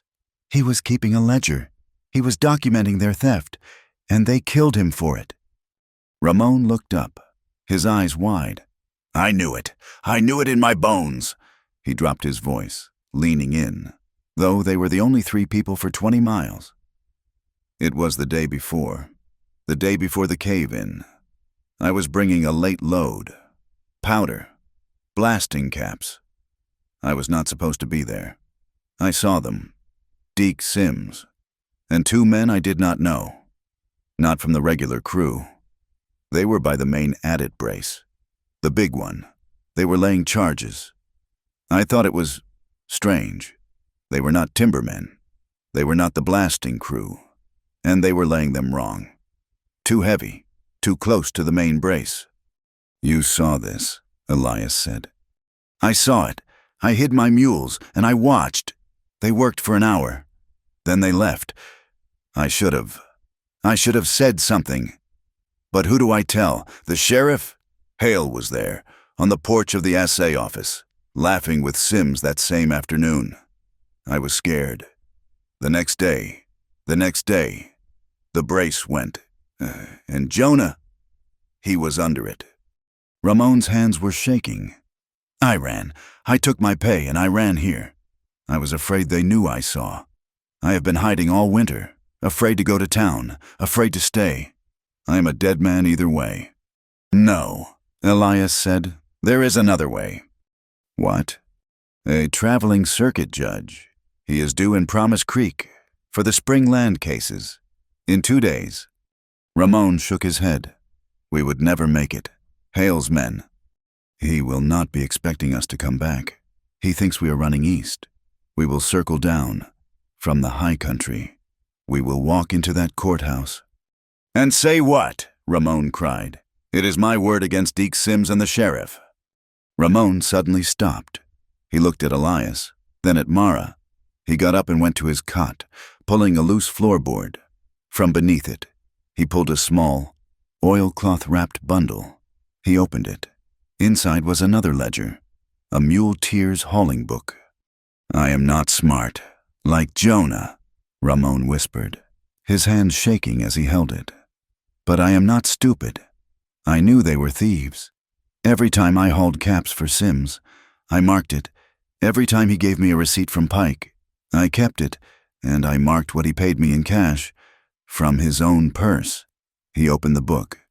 The mines books say they used 500 caps in November. My book says I delivered 1,000. He has his own book. I have mine. And mine has the truth. He looked at Mara, his eyes bright with a sudden, desperate fire. They killed Jonah. They killed a good man. And they call you a curse. He slapped the ledger shut. I will testify. I will swear it on my mother's grave. If you can keep me alive long enough to reach that judge, I will speak. The blue hour before dawn, the time when the cold is deepest and the world is holding its breath. Mara was asleep, exhausted, huddled by the dying fire. Elias was awake. He sat by the door, his rifle across his lap. He was listening. He heard it, a single metallic click, a horse stepping on a stone, far down the draw. He was on his feet, kicking Ramon's cot. Riders, now! Ramon was up, his eyes wide with terror. Hale's men, Elias said. He barred the flimsy door. A voice, too cheerful, called out from the darkness. We know you are in there, trapper, and we know you have the widow. Send the cursed widow out, and we will let you and the muleteer walk away." "They are lying," Elias said to Ramon, his voice calm. He checked his rifle. "We are trapped," Ramon whispered, his face pale. "Not yet." Elias moved to the back of the shack. The shack was built into the hill. The back wall had a small, square opening, a window that was boarded over. "The back hinges," Elias said. He motioned to the main door. "They will come through the door. I will give them a different one." He put the muzzle of his single-barrel shotgun against the rusted iron hinges of the back shutter. "Go," he said to Mara and Ramon. "Crawl into the spruce. Do not stop. Move when the wind moves. Freeze when it does not. Go, now!" He fired. The cabin exploded with sound and smoke. The back hinges blew, and the shutter fell away, revealing a dark hole. "Go!" he yelled. Mara did not hesitate. She grabbed Ramon's arm and pulled him toward the hole. "He means it. Come on." Ramon scrambled through. Mara followed, tumbling out into the deep. Dark snowdrift behind the cabin. "Elias!" she screamed. "I am behind you," he roared. Shots cracked from the front of the cabin. Bullets tore through the thin log walls. "He is going out the back," Hale yelled. Elias burst from the hole just as the front door splintered open. He grabbed Mara's hand. "Run!" They plunged into the deep timber, scrambling up the steep hillside. Shots cracked behind them, the sound sharp and clean in the cold air. A bullet whined past Mara's ear, so close she felt its heat. Another ripped through the thick sleeve of Elias's coat, a violent tug. He grunted, stumbling, but did not fall. He kept pulling her, dragging her up the slope. They fled into the high timber, into the darkness, leaving the shouting and the gunfire behind. They ran until their lungs burned and their legs were numb. They moved when the wind gusted, its sound covering their crashing, and froze when it was still. Hiding behind boulders and thick spruce, they were climbing, always climbing, toward the high, wind-scoured ridges. They came to a knife-back ridge, the same one she had almost fallen from. The snow was deep here, a heavy, unstable cornice hanging over a steep chute. "We cannot cross," Ramon panted, collapsing. "They will see us. We are silhouettes." "Then we do not cross," Elias said. He was breathing hard, his hand pressed to his side. "We go down." He looked at the slab of snow. He looked at Mara. "It is a risk." "It is all a risk," she said, her voice tight. "Stay close." He stepped to the edge. He stomped, hard, with his boot. The snow groaned. He stomped again. A crack appeared, like lightning, with a sound like a tearing sheet. A slab of snow, 10 feet wide, broke loose. It began to slide, slow at first, then gaining speed. "Now!" Elias yelled. He grabbed Mara, and Ramon grabbed her other hand. They kicked off and rode it. It was not a slide. It was a fall. They were half sliding, half swimming in a river of snow, a blinding, choking white avalanche. It carried them down the chute, tumbling and spinning, rocks and ice mixing with the snow. It felt like an eternity, a lifetime of cold and motion. Then, as suddenly as it began, it stopped. They crashed into a deep drift at the bottom of the chute, buried in a soft, heavy cloud. Silence. Mara pushed her way to the surface, gasping, her mouth full of snow. Ramon surfaced nearby, coughing. Elias burst up, his face wild, his hair caked in white. He was laughing. It was not a sound of humor. It was a wild, alive, and terrifying sound. The sound of a man who had faced death and spat in its eye. He looked at her, his eyes bright and fierce. Her breath fogged between them, their faces inches apart in the sudden, profound stillness, the tingling rush of survival, of being alive when they should be dead, was a current stronger than the river. He kissed her. It was not a gentle kiss. It was not the slow burning desire of the cabin. It was fast and fierce and brutal. It was a seal. It was a claim. It was a kiss that said, "We are alive," in the only language that mattered. His mouth was hard, his beard rough and cold, and she met him with equal force, her fingers grabbing the front of his torn coat. He broke away, breathing hard, his forehead resting against hers. "Now," he panted. "We find cover." They found an abandoned trapper's lean-to, a three-sided ruin of logs tucked under a granite overhang. It was not much, but it was out of the wind. Ramon, his terror replaced by a numb exhaustion, collapsed and built a small, smokeless fire, his hands shaking. Elias leaned against the rock, his face pale in the new light. "You are hurt," Mara said. She was not asking. "It is a graze." "Let me see." This time, he did not argue. He let his coat fall open. The bullet had ripped through his coat and 2 layers of shirts. It had raised a long, red line along his ribs, a bloody graze that was already weeping. The scar, the old, puckered one, was just inches away. She took the strip of cloth she had used on his knuckles, rinsed it with snow, and began to clean the wound. Her hands were sure now. The fear was gone. She was not the shaking girl in the livery room. She had faced the river, and the fire, and the avalanche. This, a man's wound, she could handle. He watched her, his face tight, but not from pain. His hand came up and cupped her jaw, his thumb brushing the gash on her cheek. "I want you, Mara," he said, his voice low and rough. "For her alone. I want all of B_you, not for pity, not as penance for anyone's grief, not for a debt. I want you." She finished tying the bandage. She let her hands rest on his ribs, feeling the warmth of his skin, the steady beat of his heart. "I have wanted you," she admitted, her voice as quiet as his. "Since the first night I felt your breath on my neck, I was just too afraid to name it. I thought I was a curse." "You are not," he said. He pulled her to him, into a long, trembling embrace. It was not the desperate kiss on the ridge. This was a different kind of hunger, a slow, deep ache. He held her, his arms locked around her, her face pressed against his chest. She felt him shaking, or perhaps she was the one shaking. They were both shaking, with the cold, with the fear, and with the sheer, overwhelming strength of holding back. This was not the time. This was not the place. Ramon was 10 feet away, pretending to be asleep, his back to them. He kissed her hair. "When your name is clean," he whispered, his voice thick. "When this is done, then we finish this."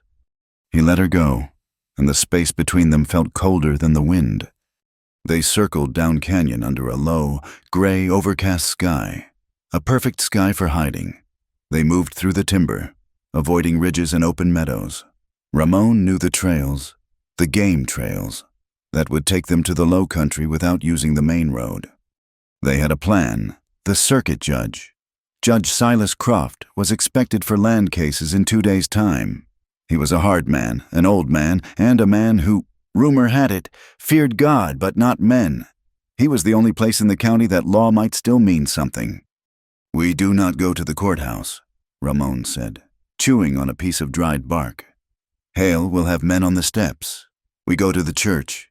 He is staying with Reverend Pike, but he holds court at the church on land matters, not the saloon. It is neutral ground." "The church," Mara said, a cold knot in her stomach. Her father's church. "It is the only way," Elias said. "We will reach the town, alive.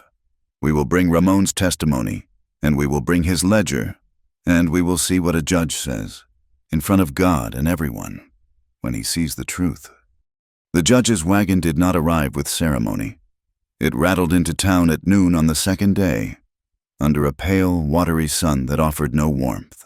It was a mud-spattered utility wagon, driven by a tired-looking deputy, and Judge Silas Croft looked more like an old prospector than a man of the law. He was sinewy, with a beard the color of dirty snow and eyes that had seen too much to be impressed. But his arrival was an event. The whole of Promise Creek gathered. The street, a channel of mud and slush from the rapid thaw, was lined. Miners, smelling of powder and sweat, their faces still gray with dust, stood in silent, wary groups. Women, their shawls pulled tight, clustered near the church steps, their faces pinched with a mix of fear and a hungry need for diversion. Boys, freed from chores, skidded in the mud, their shouts the only cheerful sound. Sheriff Carter Hale stood easy by the church steps, his thumbs hooked in his vest. He had cleaned his boots, and his star was polished. Beside him stood Mr. Pike, the mine owner, his coat too fine for the street, his face composed in an expression of bored civic duty. They were a wall of established power, waiting to greet the law they believed they owned. From an alley across the street, they emerged. 3 figures, walking as one. Elias, his face hard, his grazed ribs wrapped tight under his torn coat. Ramon, his dark eyes wide with a terror he was fighting to control, clutching his oilcloth-wrapped ledger. And Mara. She wore Elias's oversized coat, her hair matted, her cheek bearing the dark, scraped gash from the river. She was not the cursed widow who had been cast out. She was a different creature. They walked out into the main street. A silence fell over the crowd. The whispering stopped. The boys froze. "Well, now," Sheriff Hale said, his voice carrying, "Look what the flood washed in. I gave you till dawn to be out of this county. Crow, you are late." "We are here to see the judge," Elias said, his voice a low rumble. He did not stop walking. He and Ramon moved toward the church steps. 2 of Hale's men, the same deputies who had ridden to the burned cabin, moved to block the base of the steps. "Judge is not seeing vagrants today. Trapper." One of them shoved Elias hard in his injured side. Elias grunted, a sharp spike of pain flashing across his face. He did not step back. He shoved back. It was not a push. It was a solid, unmoving transfer of weight, like a tree falling. The deputy, expecting a different reaction, went stumbling back, landing on his backside in the mud. The crowd gasped. The other deputy reached for his sidearm. "That is enough, gentlemen." The judge's voice was dry, like rocks scraping. He stood at the top of the steps, his hands on his hips. "This is a house of God, and I am holding court. I will not have a brawl on the lawn." He looked down, his sharp eyes taking in Elias, then Ramon, then Mara. "Who are you, and what is your business?" Before Hale could speak, before he could frame them as vagrants or lunatics, Mara moved. She saw a wooden crate left by the mercantile, used for stacking deliveries. She stepped out of the mud, her boots clumsy, and climbed onto it. She lifted her chin. She was above them, just barely. She was level with the men on the steps. "My name is Mara Keene," she said. Her voice, raw from the cold, shook on the first word. The entire town was staring at her. This specter of bad luck. This mad woman in a man's coat. She took a breath, clutching the ledger to her chest, the one Jonah had written. "My name is Mara Keene, and you all know me." Her voice steadied. It gained a cold, clear edge that cut through the damp air. "You know me as the cursed widow. You know me as the woman who brings bad luck. You have turned me away from your doors. You have whispered about me in this very churchyard. You have called me a blight, and my own father." She faltered, her eyes finding Thomas Keene in the crowd, his face a mask of stone. "My own father sent me into the mountains to freeze. He sent me out, in my grief, to die, so I would not bring ruin on his children." A murmur rose from the crowd. It was one thing to whisper it. It was another to hear it spoken aloud, a plain, ugly truth. "But my bad luck," she went on, her voice stronger, "was not God's judgment. My bad luck was men's greed." She held up Jonah's ledger. "My husband, Jonah did not die from an accident. He was not taken by the Lord's hand. He was murdered." "That is a lie," Pike shouted from the steps, his face turning a deep, blotchy red. "A vile, hysterical lie." "Is it?" Mara said, her eyes locking on him. Jonah kept this book, and he wrote down what he saw. He wrote down the skimming. He wrote down the theft. He wrote down the dynamite requisitions that do not add up. He wrote down $250 paid to a Mr. Acha on November 3rd. He wrote down 4 men who were paid for shifts they never worked, their pay collected by Deke Sims. She began to recite the numbers. She recited dates and figures and weights of ore. She recited blasting cap counts, the cadence of figures, the cold, hard language of bookkeeping. Did something a sermon on sin had never done. It silenced the crowd. It was not passion. It was fact. A man pushed through the crowd, his face pale and slick with sweat. It was Alden, the assay clerk. He looked like a man stepping into icy water, a man walking to his own hanging. He held a sheaf of papers in his shaking hand. "Judge Croft," Alden said, his voice a thin reed. "Sir, I cannot be silent." He mounted the first 2 steps, his eyes fixed on the judge, refusing to look at Pike or Hale. "What she says is true. I filed the mine's requisitions. These are my copies. They do not match the company's books. Jonah Keene came to me weeks before he died. He was asking. I told him to be quiet. I told him to stop."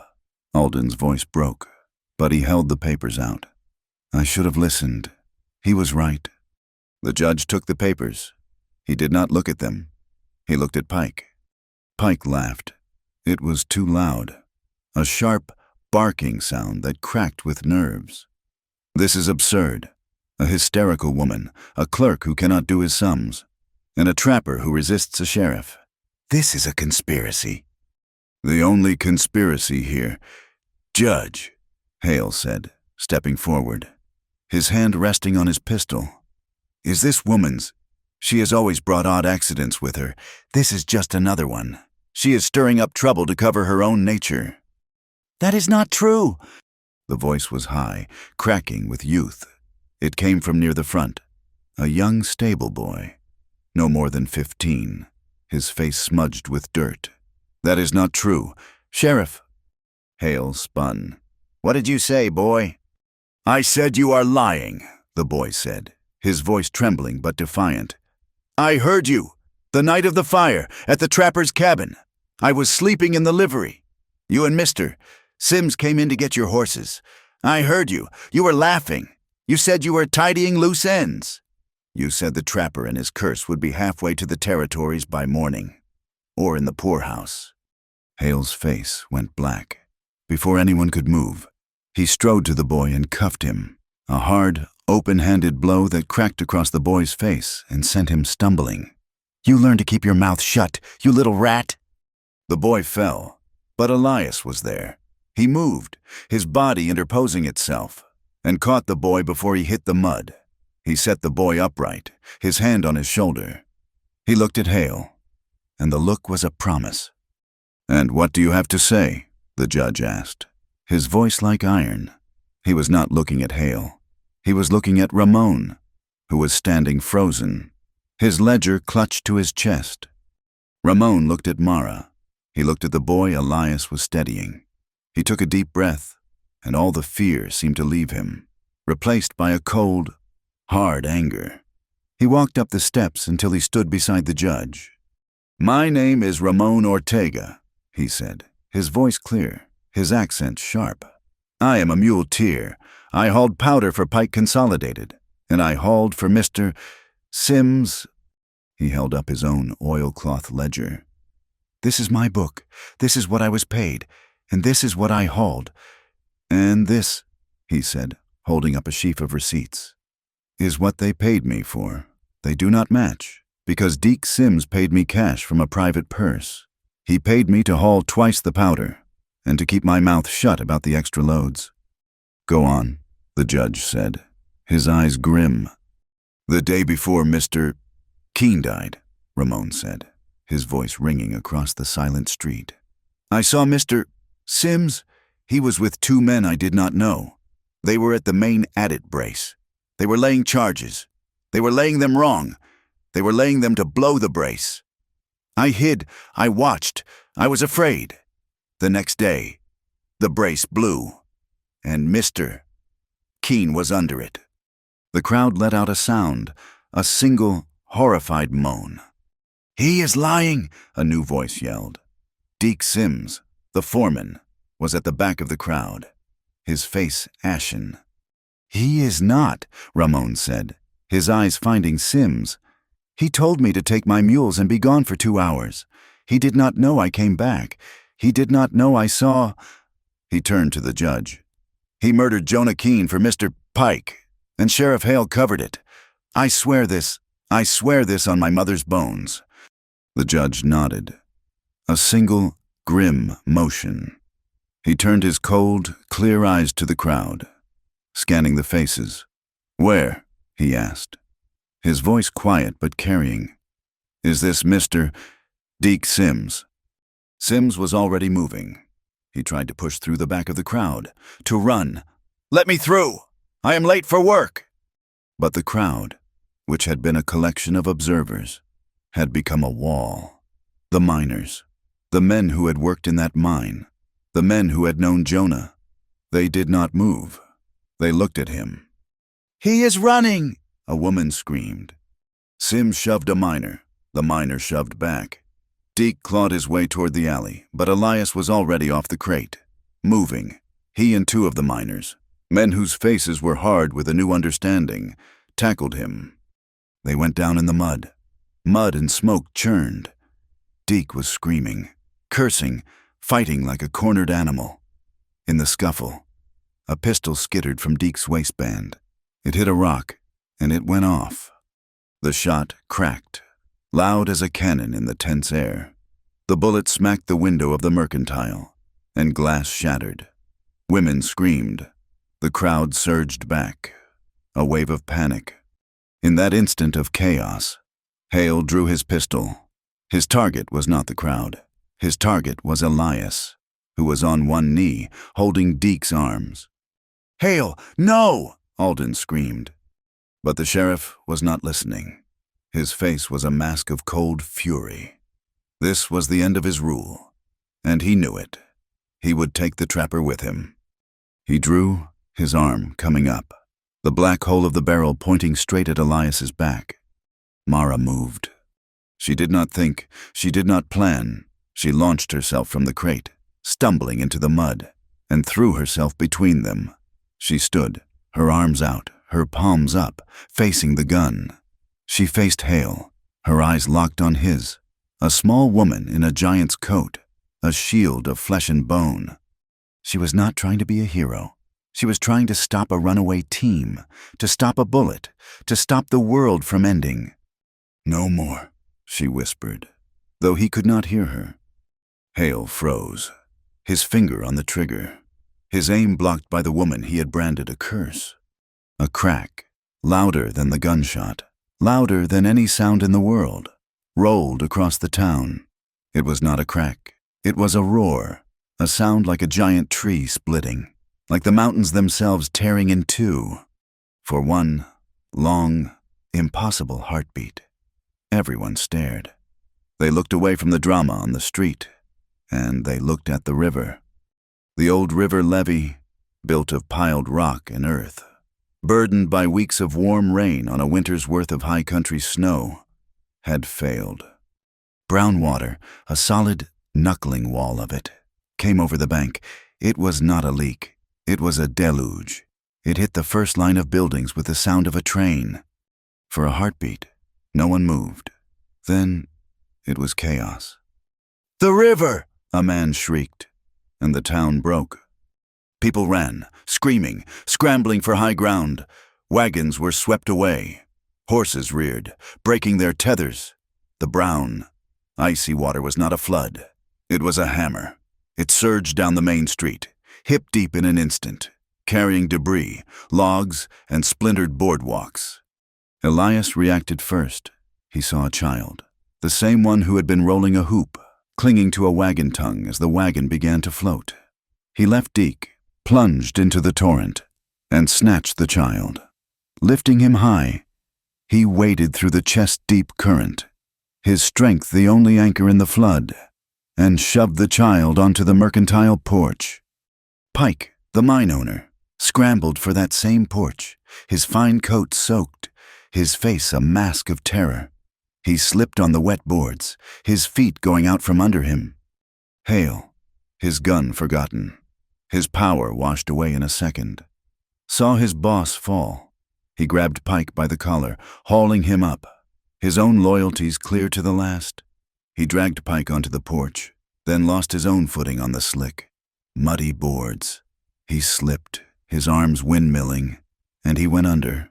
He vanished into the brown, churning water. The water rose, swirled, and then, as quickly as it had come, it began to drop. The main force of the flood passed, moving downstream, leaving the main street a ruined, muddy canal littered with debris. The water dropped, and the people of Promise Creek, clinging to porches and rooftops, saw who had run and who had stood.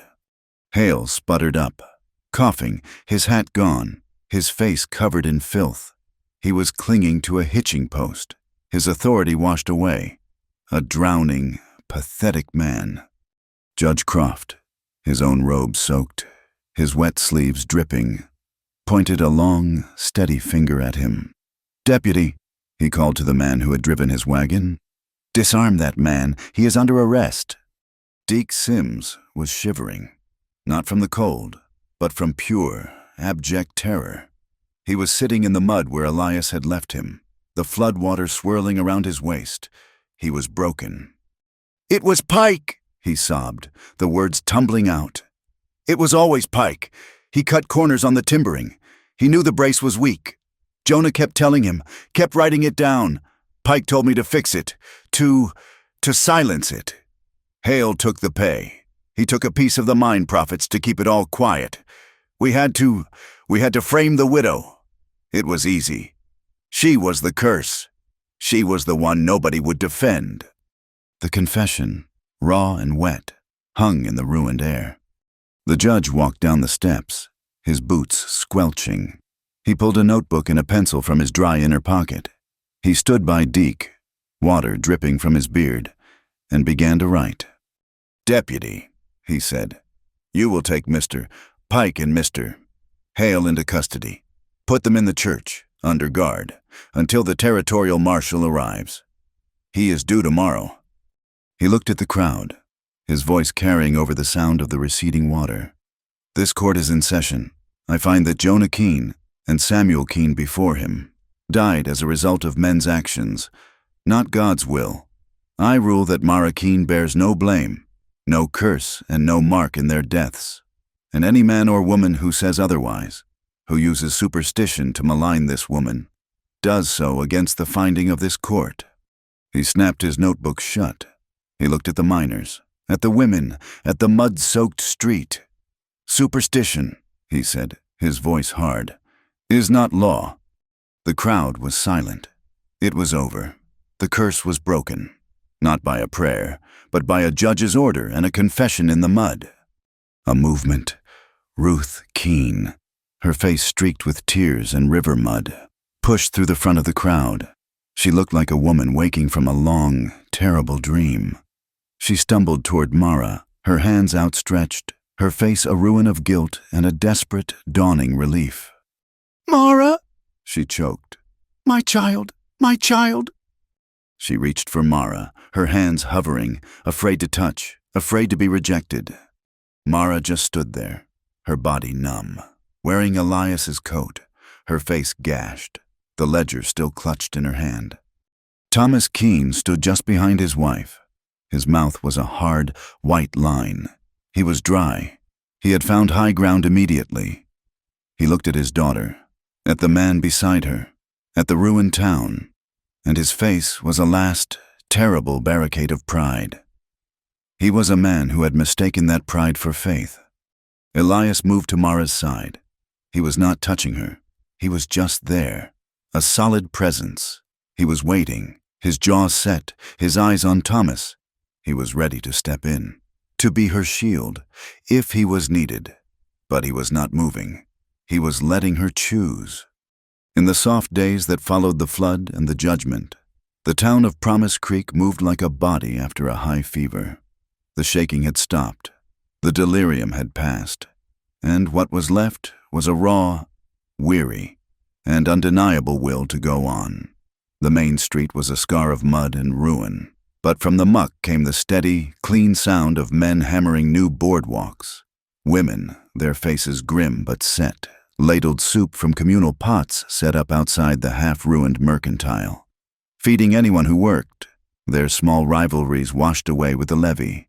Children, with the magnificent resilience of the young, found joy in the new landscape.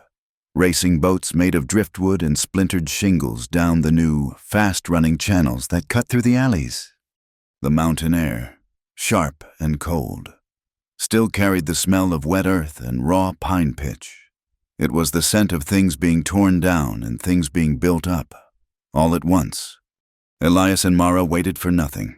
They did not stay for the backslapping or the apologies, which came when they came, in awkward, mumbled bursts. They bought what they needed, an axe, a saw, coffee, and salt, and they walked back up the draw, back to the high country. The ruin of his cabin was a black, silent square in the bright spring sun. The snow had melted back, revealing the full extent of the devastation. Char and ash crumbled under their boots, a fine gray powder that smelled of ending. The chimney stood, a lone sentinel over a bed of coals that had long gone cold. Elias did not speak for a long time. He walked the perimeter, his face as still and hard as the granite around them.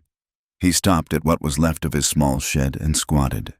He began to sift the ashes through his gloved fingers, his movements slow and methodical, a small, metallic sound. He pulled a nail, blackened and bent, from the char. He looked at it, then put it in his pocket. He sifted again.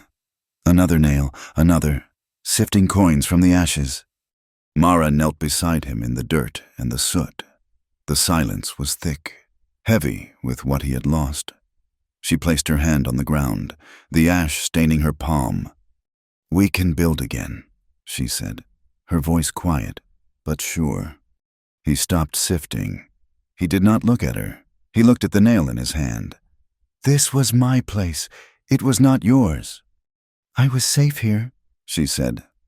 He turned his head then, his gray eyes searching her face, looking for the last shadow of the curse, of the fear.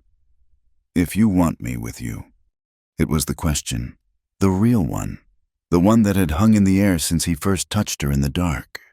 Mara met his gaze. The wind was quiet. The creek whispered, "I am tired of wanting you from across a room. Elias." He dropped the nail, and his hand, rough and stained with ash, found hers. He laced his fingers with hers, a hard, sure grip. "Then we will need more nails," he said. They did not build on the old, sad patch of scorched earth. He chose a new spot, 50 yards higher, where a stand of old spruce offered shelter from the wind and a wide green meadow open to the morning light. They cut standing dead lodgepole, the clean, dry wood perfect for building. The work was slow, and it was the most honest thing she had ever known. The rhythm of it became their new language. The thud of his axe into a trunk, the long, two-person hiss of the saw pulling back and forth, the scent of fresh, dry pine in the air. Mara's hands, soft from a winter of small tasks, blistered, then bled, then hardened. She did not complain. She learned to swing the axe, her blows clumsy at first. Then, finding their mark, she learned to haul the timbers, her muscles burning with a clean, good ache. Elias was a patient teacher. He taught her the knot his father had used, a knot that would hold a rafter against a high-country wind. He showed her how to brace and how to lift, using her weight, not just her strength. She taught him, too. When they raised the first wall, he was sighting it by eye, his head tilted. She brought him 2 tin cups and a length of twine. My father, she said, her voice neutral, was a carpenter before he was a believer. He taught me how to stretch a line. It will not lie. He watched, a small, curious smile on his face, as she filled the cups with water, tied the twine, and stretched it between the two end posts. The line hung perfectly, ruthlessly straight. Well, now, he said, his voice rough with something like wonder. It does not lie. They worked from the first gray light until the last purple shadow fell across the meadow. At noon, they did not stop for long. They shared coffee, brewed black as tar, thick with grounds, and so hot it burned. They sat on a log, their shoulders touching, their hands raw, their faces smudged with dirt and sawdust, and they would smile, a small, secret smile, like two people who had discovered something rare and private, a treasure no one else could see. One afternoon, a figure came up the trail. Mara saw her first, and her hand went to the axe handle, a reflex she had not known was in her. It was her mother. Ruth Keene walked with her head down, carrying a loaf of bread wrapped in a clean linen towel. She stopped at the edge of the clearing, at the line of fresh wood chips, and looked at the new frame rising, at the skeleton of a home. Mara walked to her, her face set. Elias stayed where he was, watching, his hand resting on the sledgehammer. Ruth's face was older than Mara remembered. The judgment had broken something in her, or perhaps it had broken her open. The tears came bright and quick, without shame. I brought bread, her mother whispered, holding it out. It is not enough. It will never be enough. No, Mara said, but she took the loaf. It was still warm from the oven. I was afraid, Ruth said, the words a torrent, a confession she had been holding for weeks. Your father, he said it was God's will, and I chose to believe him, because if it was not God's will, then it was just terrible, and I was afraid of what the town would say. I was afraid of being shunned. Fear. Mara. It made a poor religion of me. It made me a coward. I turned my back. I let him. I let you. She could not finish. She was weeping, her hands twisting in her apron. Mara looked at her mother, at this woman who had chosen fear over her, and she felt a wave of, not forgiveness, not yet, but a cold, clear pity. She had seen real fear. She had been in the river. This cowering before neighbors. It was a small, mean thing. She took her mother's hands. They were shaking. It is done, Mother. It is over. A sound on the trail. Thomas Keene stood at the bend, just inside the trees. He was twisting his hat in his fingers. A man undone, a pillar of the community, a pillar of faith, who had been revealed as hollow. He watched them for a long minute, his wife and the daughter he had cast out, their hands clasped. Then, slowly, he climbed the last few yards. He did not look at Mara. He could not. He walked until he stood before Elias.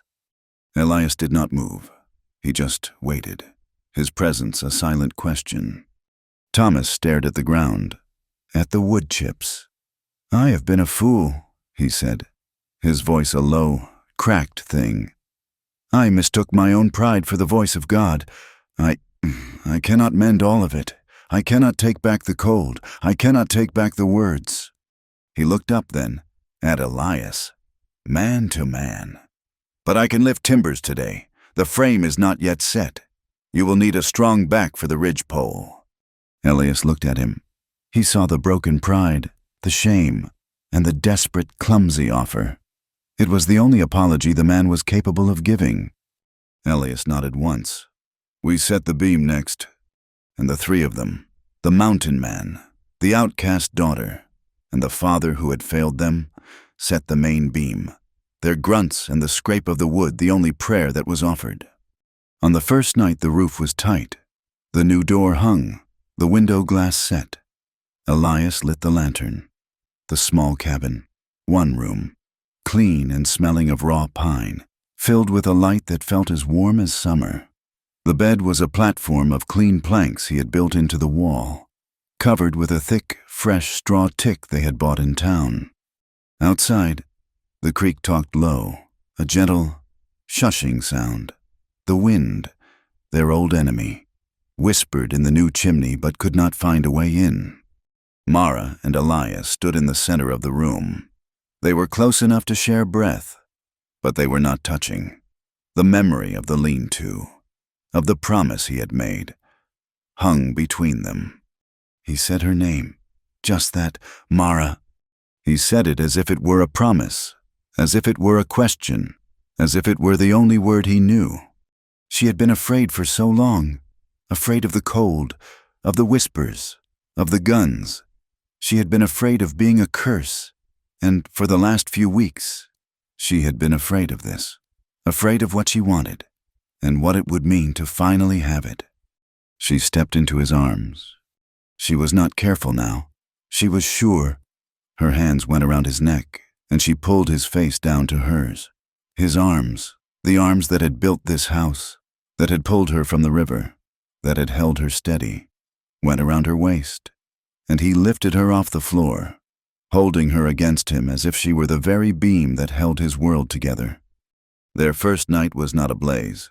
It was a slow, reverent exploration. Two bodies learning a country they had only ever traveled in dreams. His careful hands, which could be so rough, were now so gentle, asking questions, and then answering her own. Her mouth, which had spoken his name in fear, now taught him the words neither of them had had the courage to speak all winter, in the cold, in the dark.